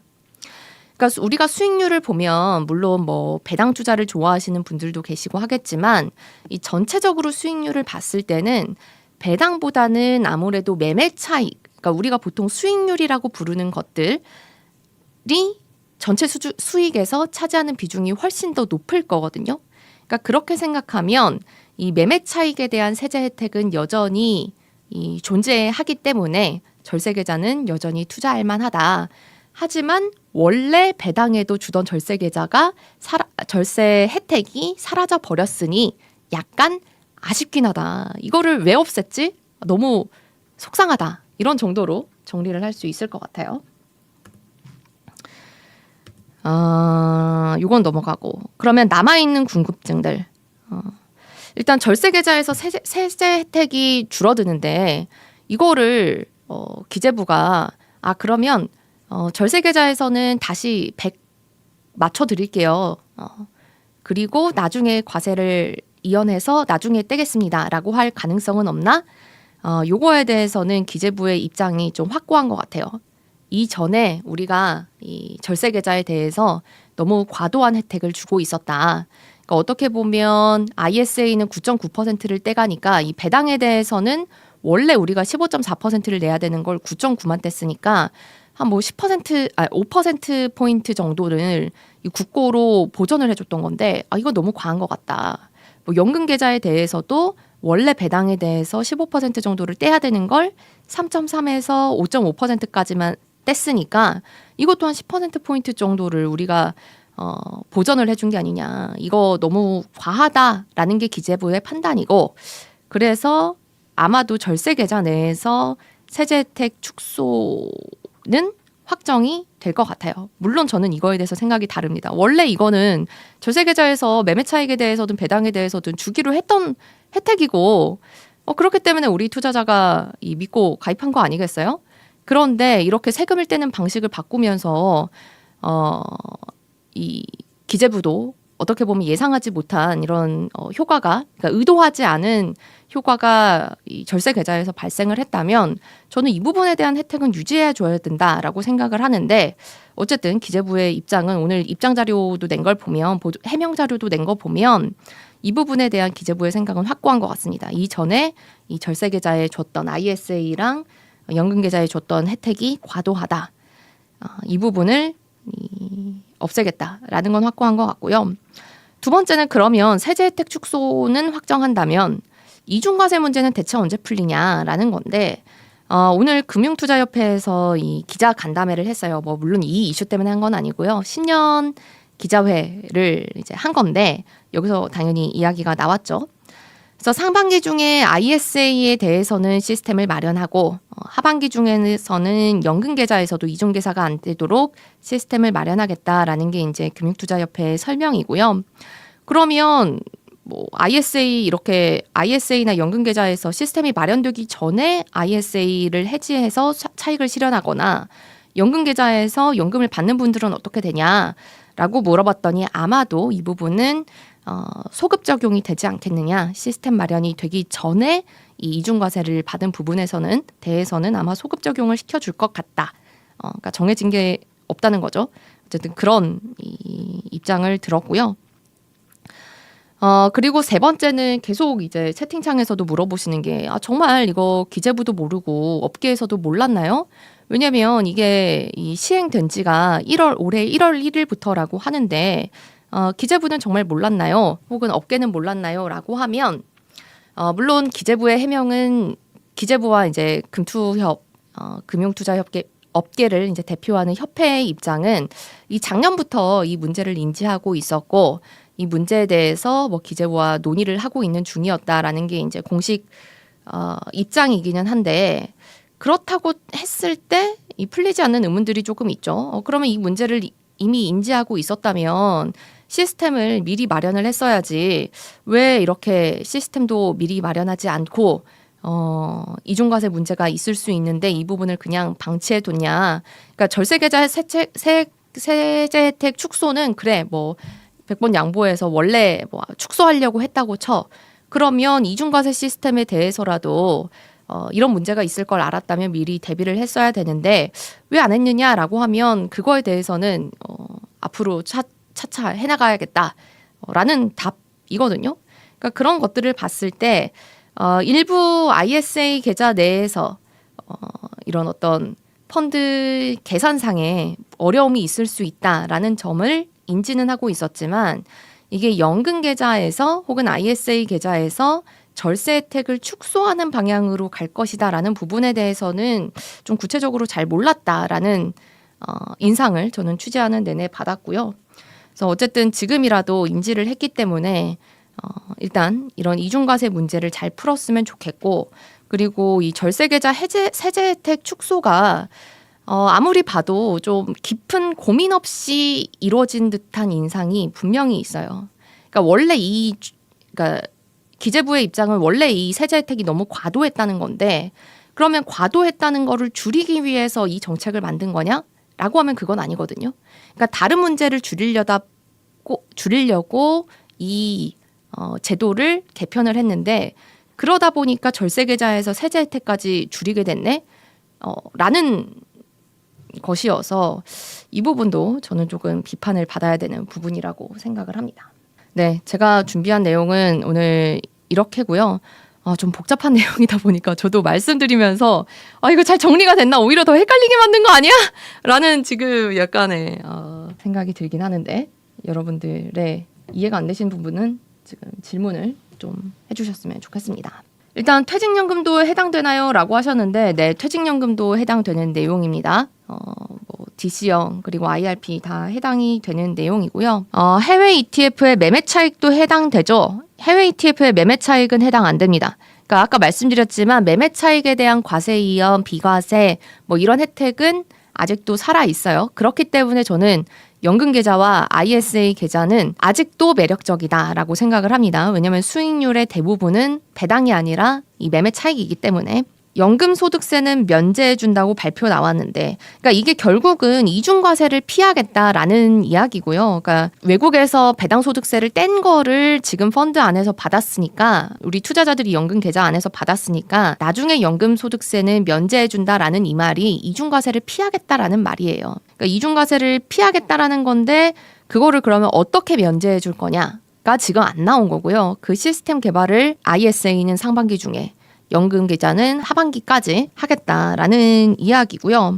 국내 배당형은 특이사항이 없나요? 국내 배당형은 네, 변화가 없습니다. 이번에 이 과세 방법이 바뀐 거는 해외 자산에 대한 것만 해당이 되기 때문에 국내 투자는 바뀌는 게 없어요. 절세 계좌에서 국내 주식 배당이나 국내 채권, 이거는 똑같습니다. 아까 말씀드렸듯이 해외 자산만 해당되는 내용이고요. 국내 채권, 국내 주식은 똑같습니다.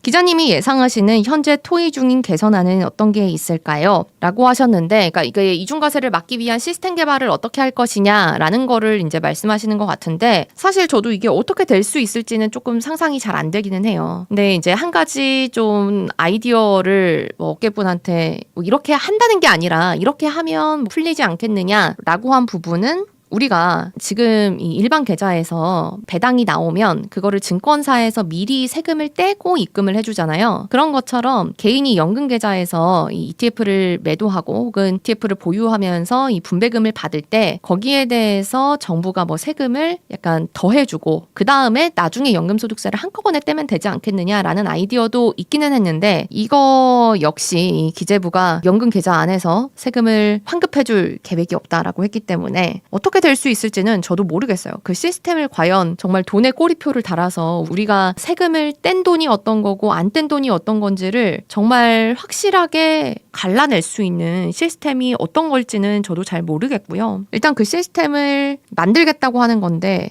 이게 현실적으로 만약에 방법이 없다면 연금 계좌에 대해서는 환급을 다시 해줄 수도 있을까라는 상상을 잠깐 아까 말씀드렸듯이 해보기는 했으나, 기재부가 워낙 여기에 대해서는 완고해서 이 전이 잘못된 거다, 이거는 없애는 게 맞다라는 입장이어서 그걸 뒤집을 것 같진 않고 시스템을 어떻게 바꿀지는 저도 궁금합니다.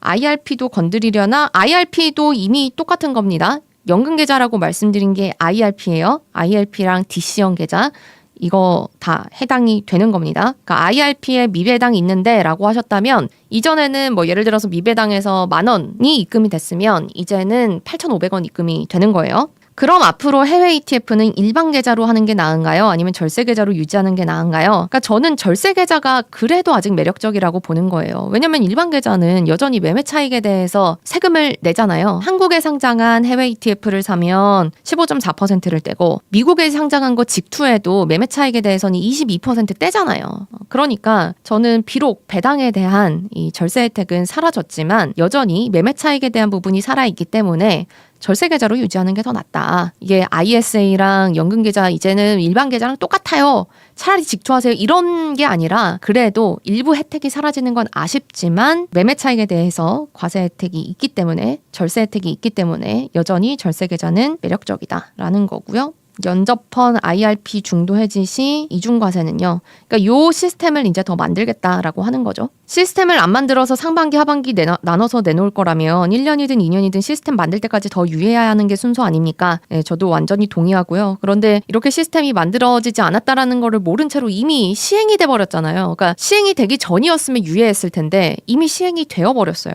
그래서 시스템을 만들고 소급 적용을 하겠다라는 게 이야기가 나오는 거고요. 세제를 왜 이런 시기에 개편하나요? 그러니까 이번 개편은 뭐 갑자기 정해진 게 아니라 이미 예전부터 2021년에 이미 이 방안이 확정이 됐어요. 그리고 원래 2023년에 시행이 되려던 것을, 원래는 그때는 금투세 법안이 2023년에는 시행이 될 테니까 그때 어차피 펀드 회계를 바꿔야 되니 그때 한 번에 바꿉시다 라고 생각을 해서 2023년으로 시행 시기를 못 박아놨다가 이후에 이제 금투세 시행이 미뤄졌죠. 그래서 금투세는 시행 안 되고 요것만 올해 1월 1일부터 시행이 됐던 겁니다. 미당 시리즈보다 커버드 콜 ETF가 영향이 적다고 보면 될까요? 네, 지금 세제가 바뀐 부분은 이 배당의, 주식의 배당에 대한 부분이에요. 근데 이제 미당 시리즈의 배당이 더 많고 커버드 콜 ETF는 상대적으로 배당이 더 적고, 나머지 옵션 매도로 인한 옵션 프리미엄 부분이 더 비중이 높았죠, 분배금에서. 그렇기 때문에 커버드 콜 ETF는 좀 더 영향이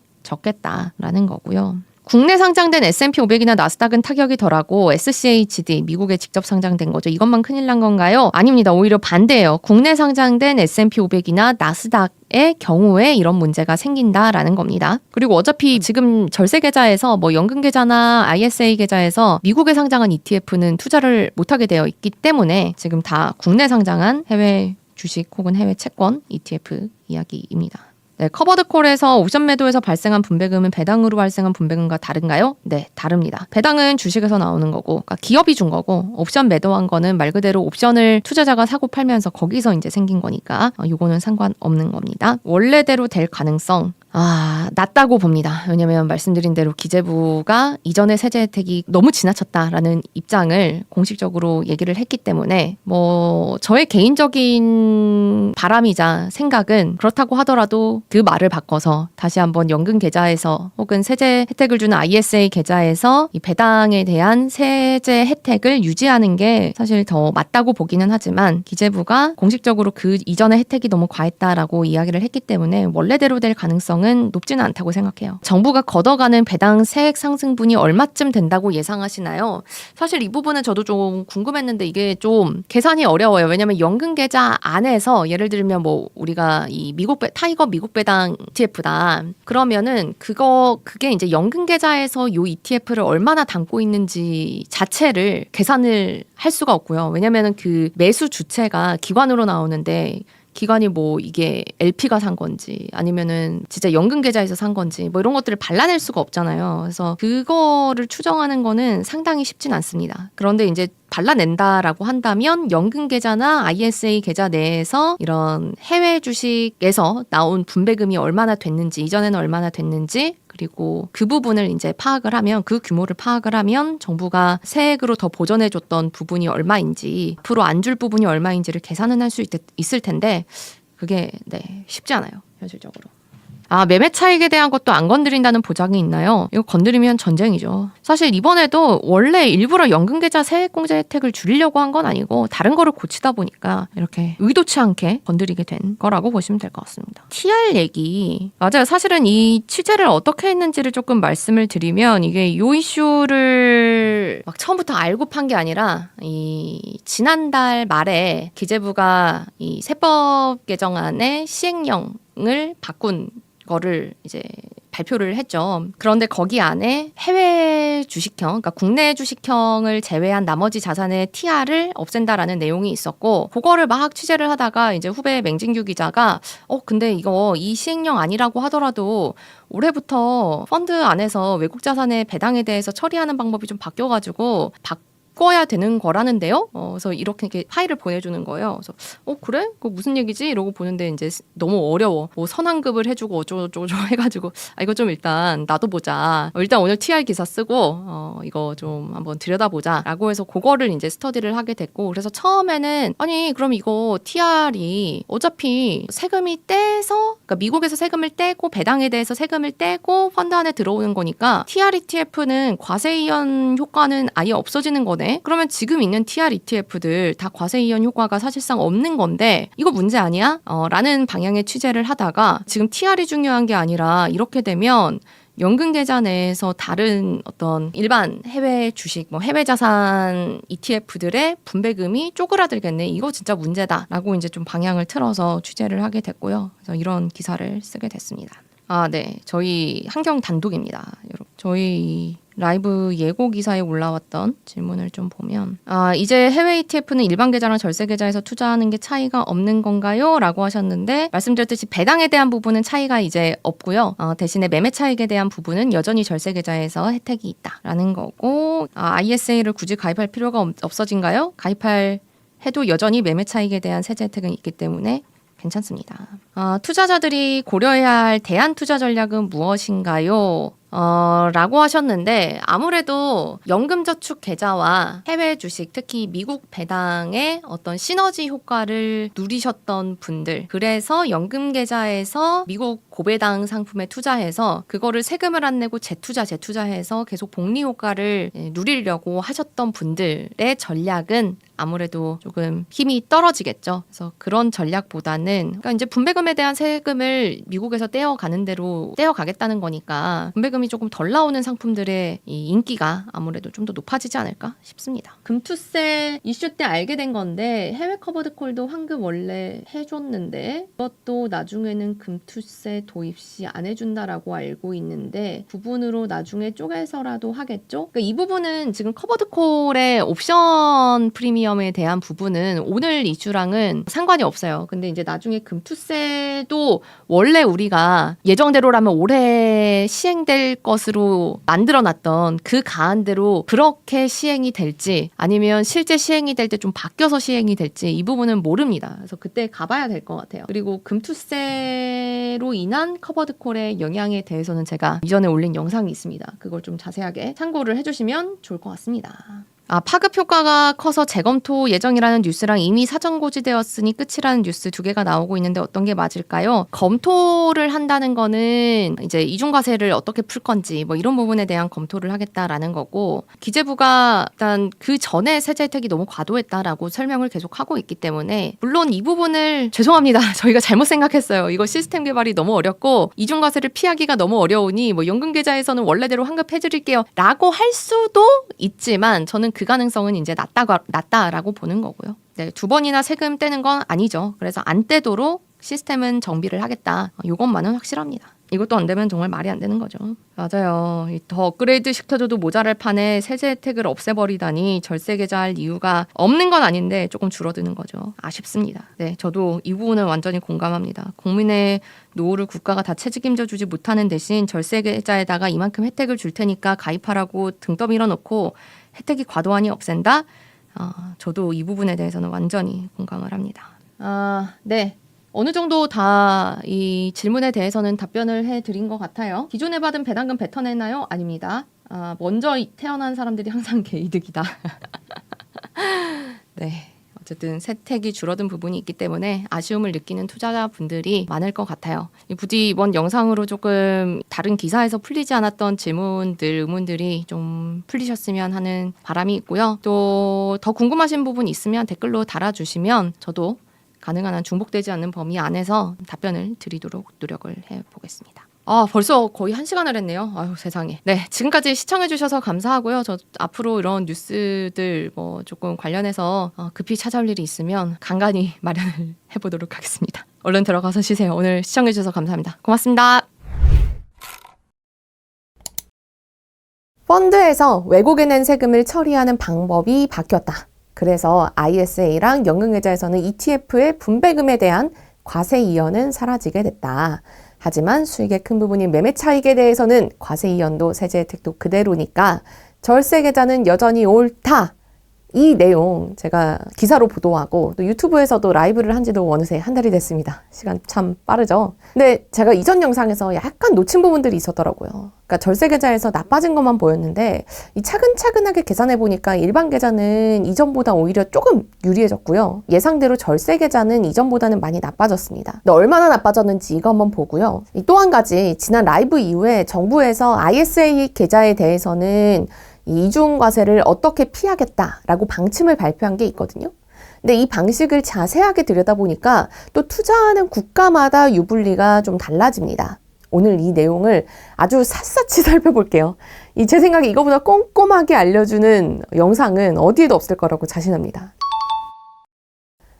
일단 외국에 납부하는 세금을 처리하는 이 방식이 어떻게 바뀌었는지 자세한 내용은 이전 영상 참고를 해주시고요.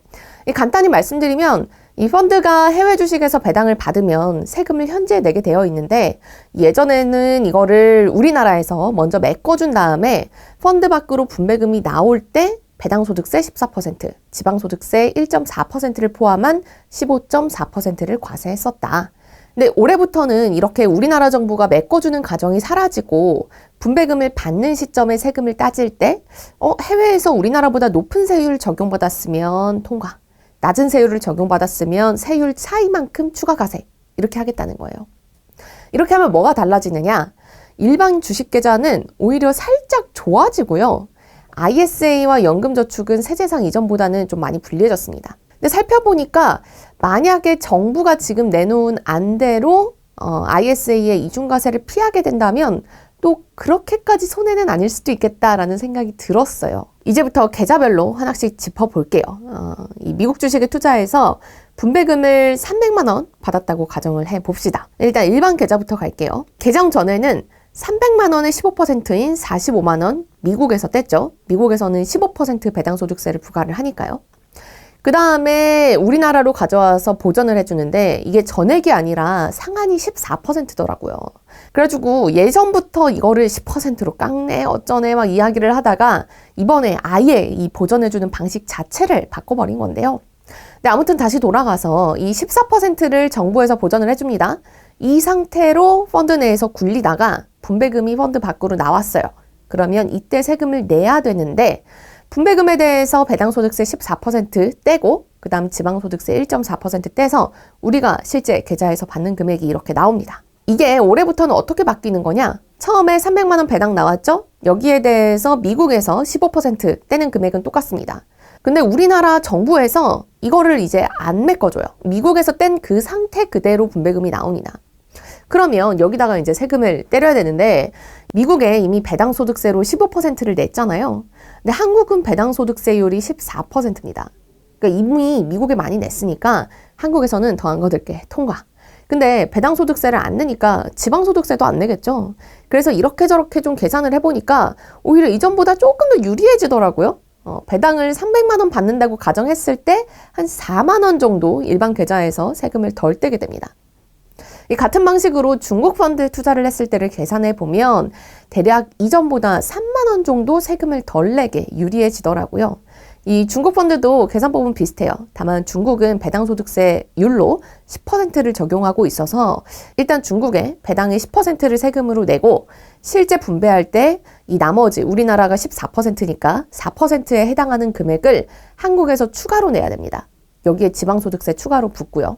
연금계좌로 넘어가 볼게요. 연금계좌 이전보다는 불리해진다라고 말씀을 드렸는데 그건 맞아요. 근데 이게 얼마나 불리해질지는 아직 모릅니다. 왜냐하면 연금계좌에서 이중과세를 어떻게 해결할 건지에 대해서 이 정부가 아직 방안을 못 찾은 상태거든요. 그러니까 일단은 현재 상태에서 이중과세 된다고 가정하고 그냥 계산을 한번 해볼게요. 먼저 바뀌기 전부터 앞 사례랑 똑같이 배당으로 300만 원 받았어요. 미국에서 15% 세금 떼고 한국에서 14% 메꿔줬죠. 이 분배금이 찍히는 금액 이렇게 되고요. 연금계좌니까 따로 2단계에서는 세금을 안 냅니다. 대신에 나중에 연금으로 수령할 때 세금을 내죠. 연금을 수령하는 시기에 따라서 뭐 3%에서 5%를 내는데 가장 높은 세율 5% 적용받았다고 가정을 해볼게요. 여기에 지방소득세 0.5%까지 해서 총 이렇게 금액이 나옵니다. 물론 여기다가 더해서 그동안 이 분배금을 가지고 불린 과세 이연 수익은 덤이고요. 그럼 바뀐 뒤에는 어떻게 됐느냐? 300만 원 배당 15% 미국에서 세금 뗐죠? 나머지 그대로 분배금으로 받습니다. 근데 여기다가 연금을 받을 때 또 그 수령 시점에 세금을 내죠. 그래서 결과적으로는 이전과 비교해서 손해지는 분배금이 크게 줄었고요.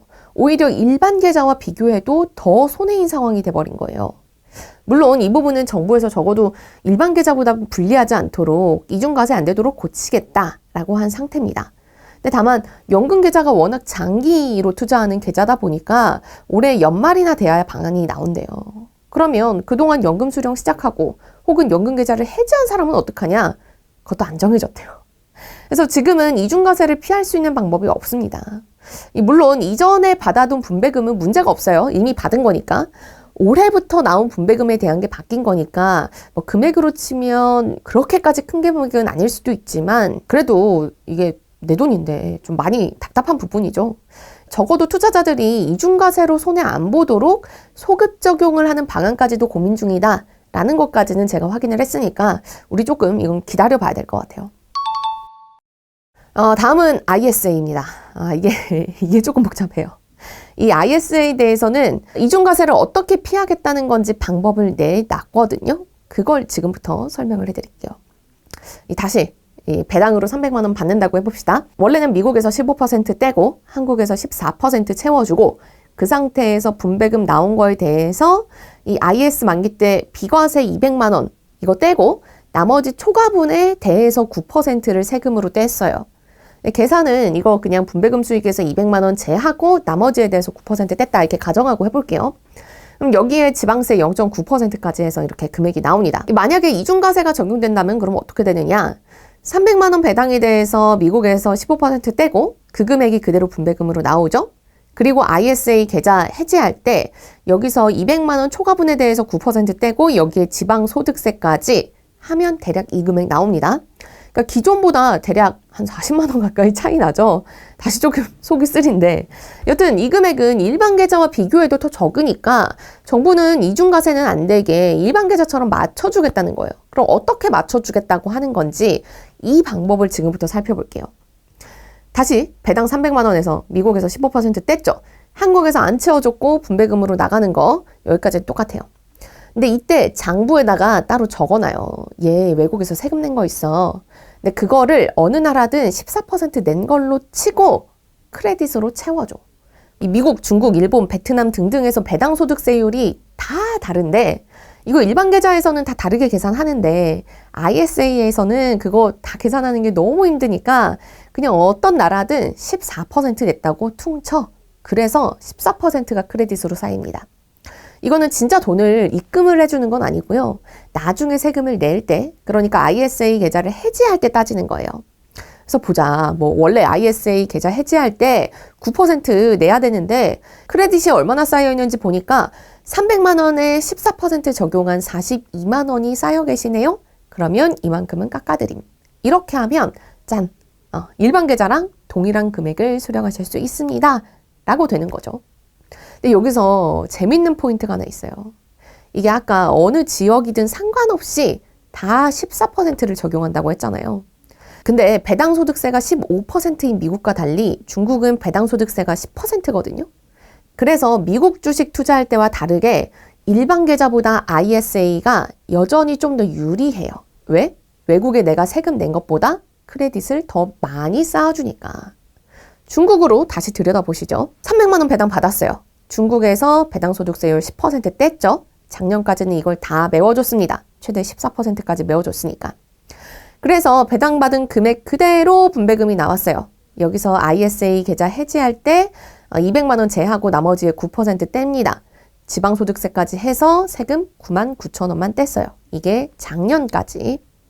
이제 정부가 이중과세를 피하겠다고 내놓은 방안대로 계산을 해볼게요. 300만 원에 대해서 중국에서 10% 뗐죠?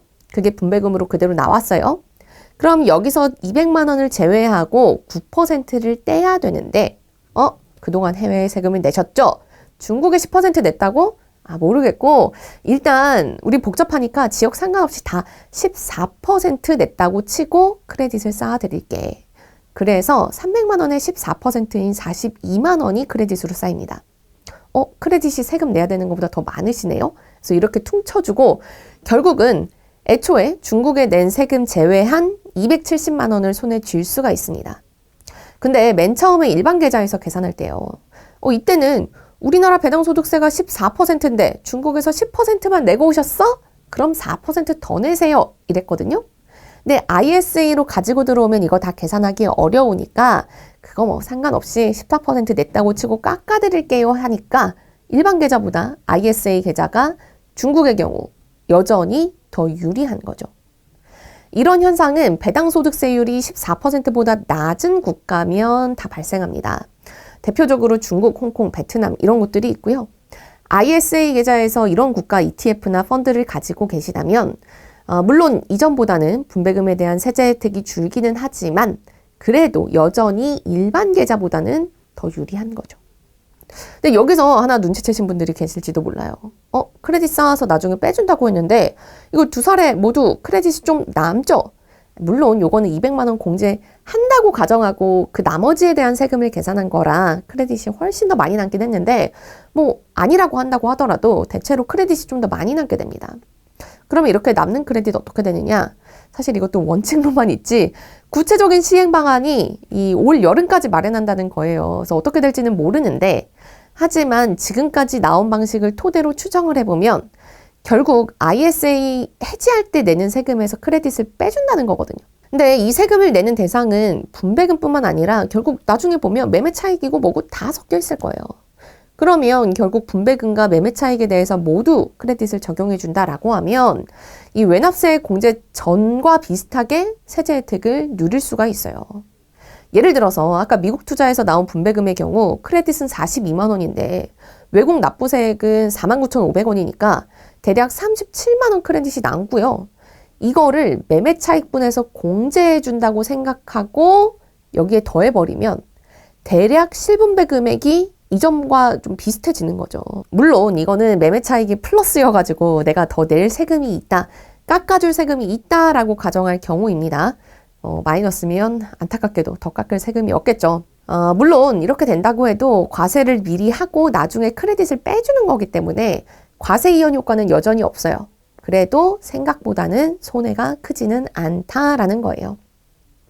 이 분배금에 대해서만 크레딧을 적용할지 아니면 매매 차익까지 적용할지 뭐 이런 등등 자세한 가이드라인이 아직은 없어서 정확히 알 수는 없지만 생각해보면 3년 뒤에 ISA 계좌 해지할 때 수익이 이거 매매 차익에서 나온 건지 분배금에서 나온 건지 이거 발라내기가 쉽지 않을 테니까 아마도 우리 연말정산하듯이 내가 총 내야 되는 세금에서 크레딧을 빼주는 이런 형태가 될 걸로 예상되고 그렇다면 과세 이연 효과는 줄더라도 이전과 비슷하게 저율과세 효과는 유지가 된다. ISA가 여전히 할만하다. 이렇게 정리를 할 수 있을 것 같아요. 오늘 내용 조금 복잡하셨죠? 저도 이거 이해하는데 정말 오랜 시간이 걸렸습니다. 정리하고 이렇게 설명하기까지. 근데 또 이게 이해가 안 되면 여러 번 볼 수 있는 게 유튜브에도 장점 아니겠습니까? 여러 번 봐주시고 이해가 그래도 안 된다 하는 분들은 댓글 많이 남겨주세요. 네, 그러면 저는 다음에도 더 유용한 실전 재테크 영상으로 돌아오도록 하겠습니다. 고맙습니다.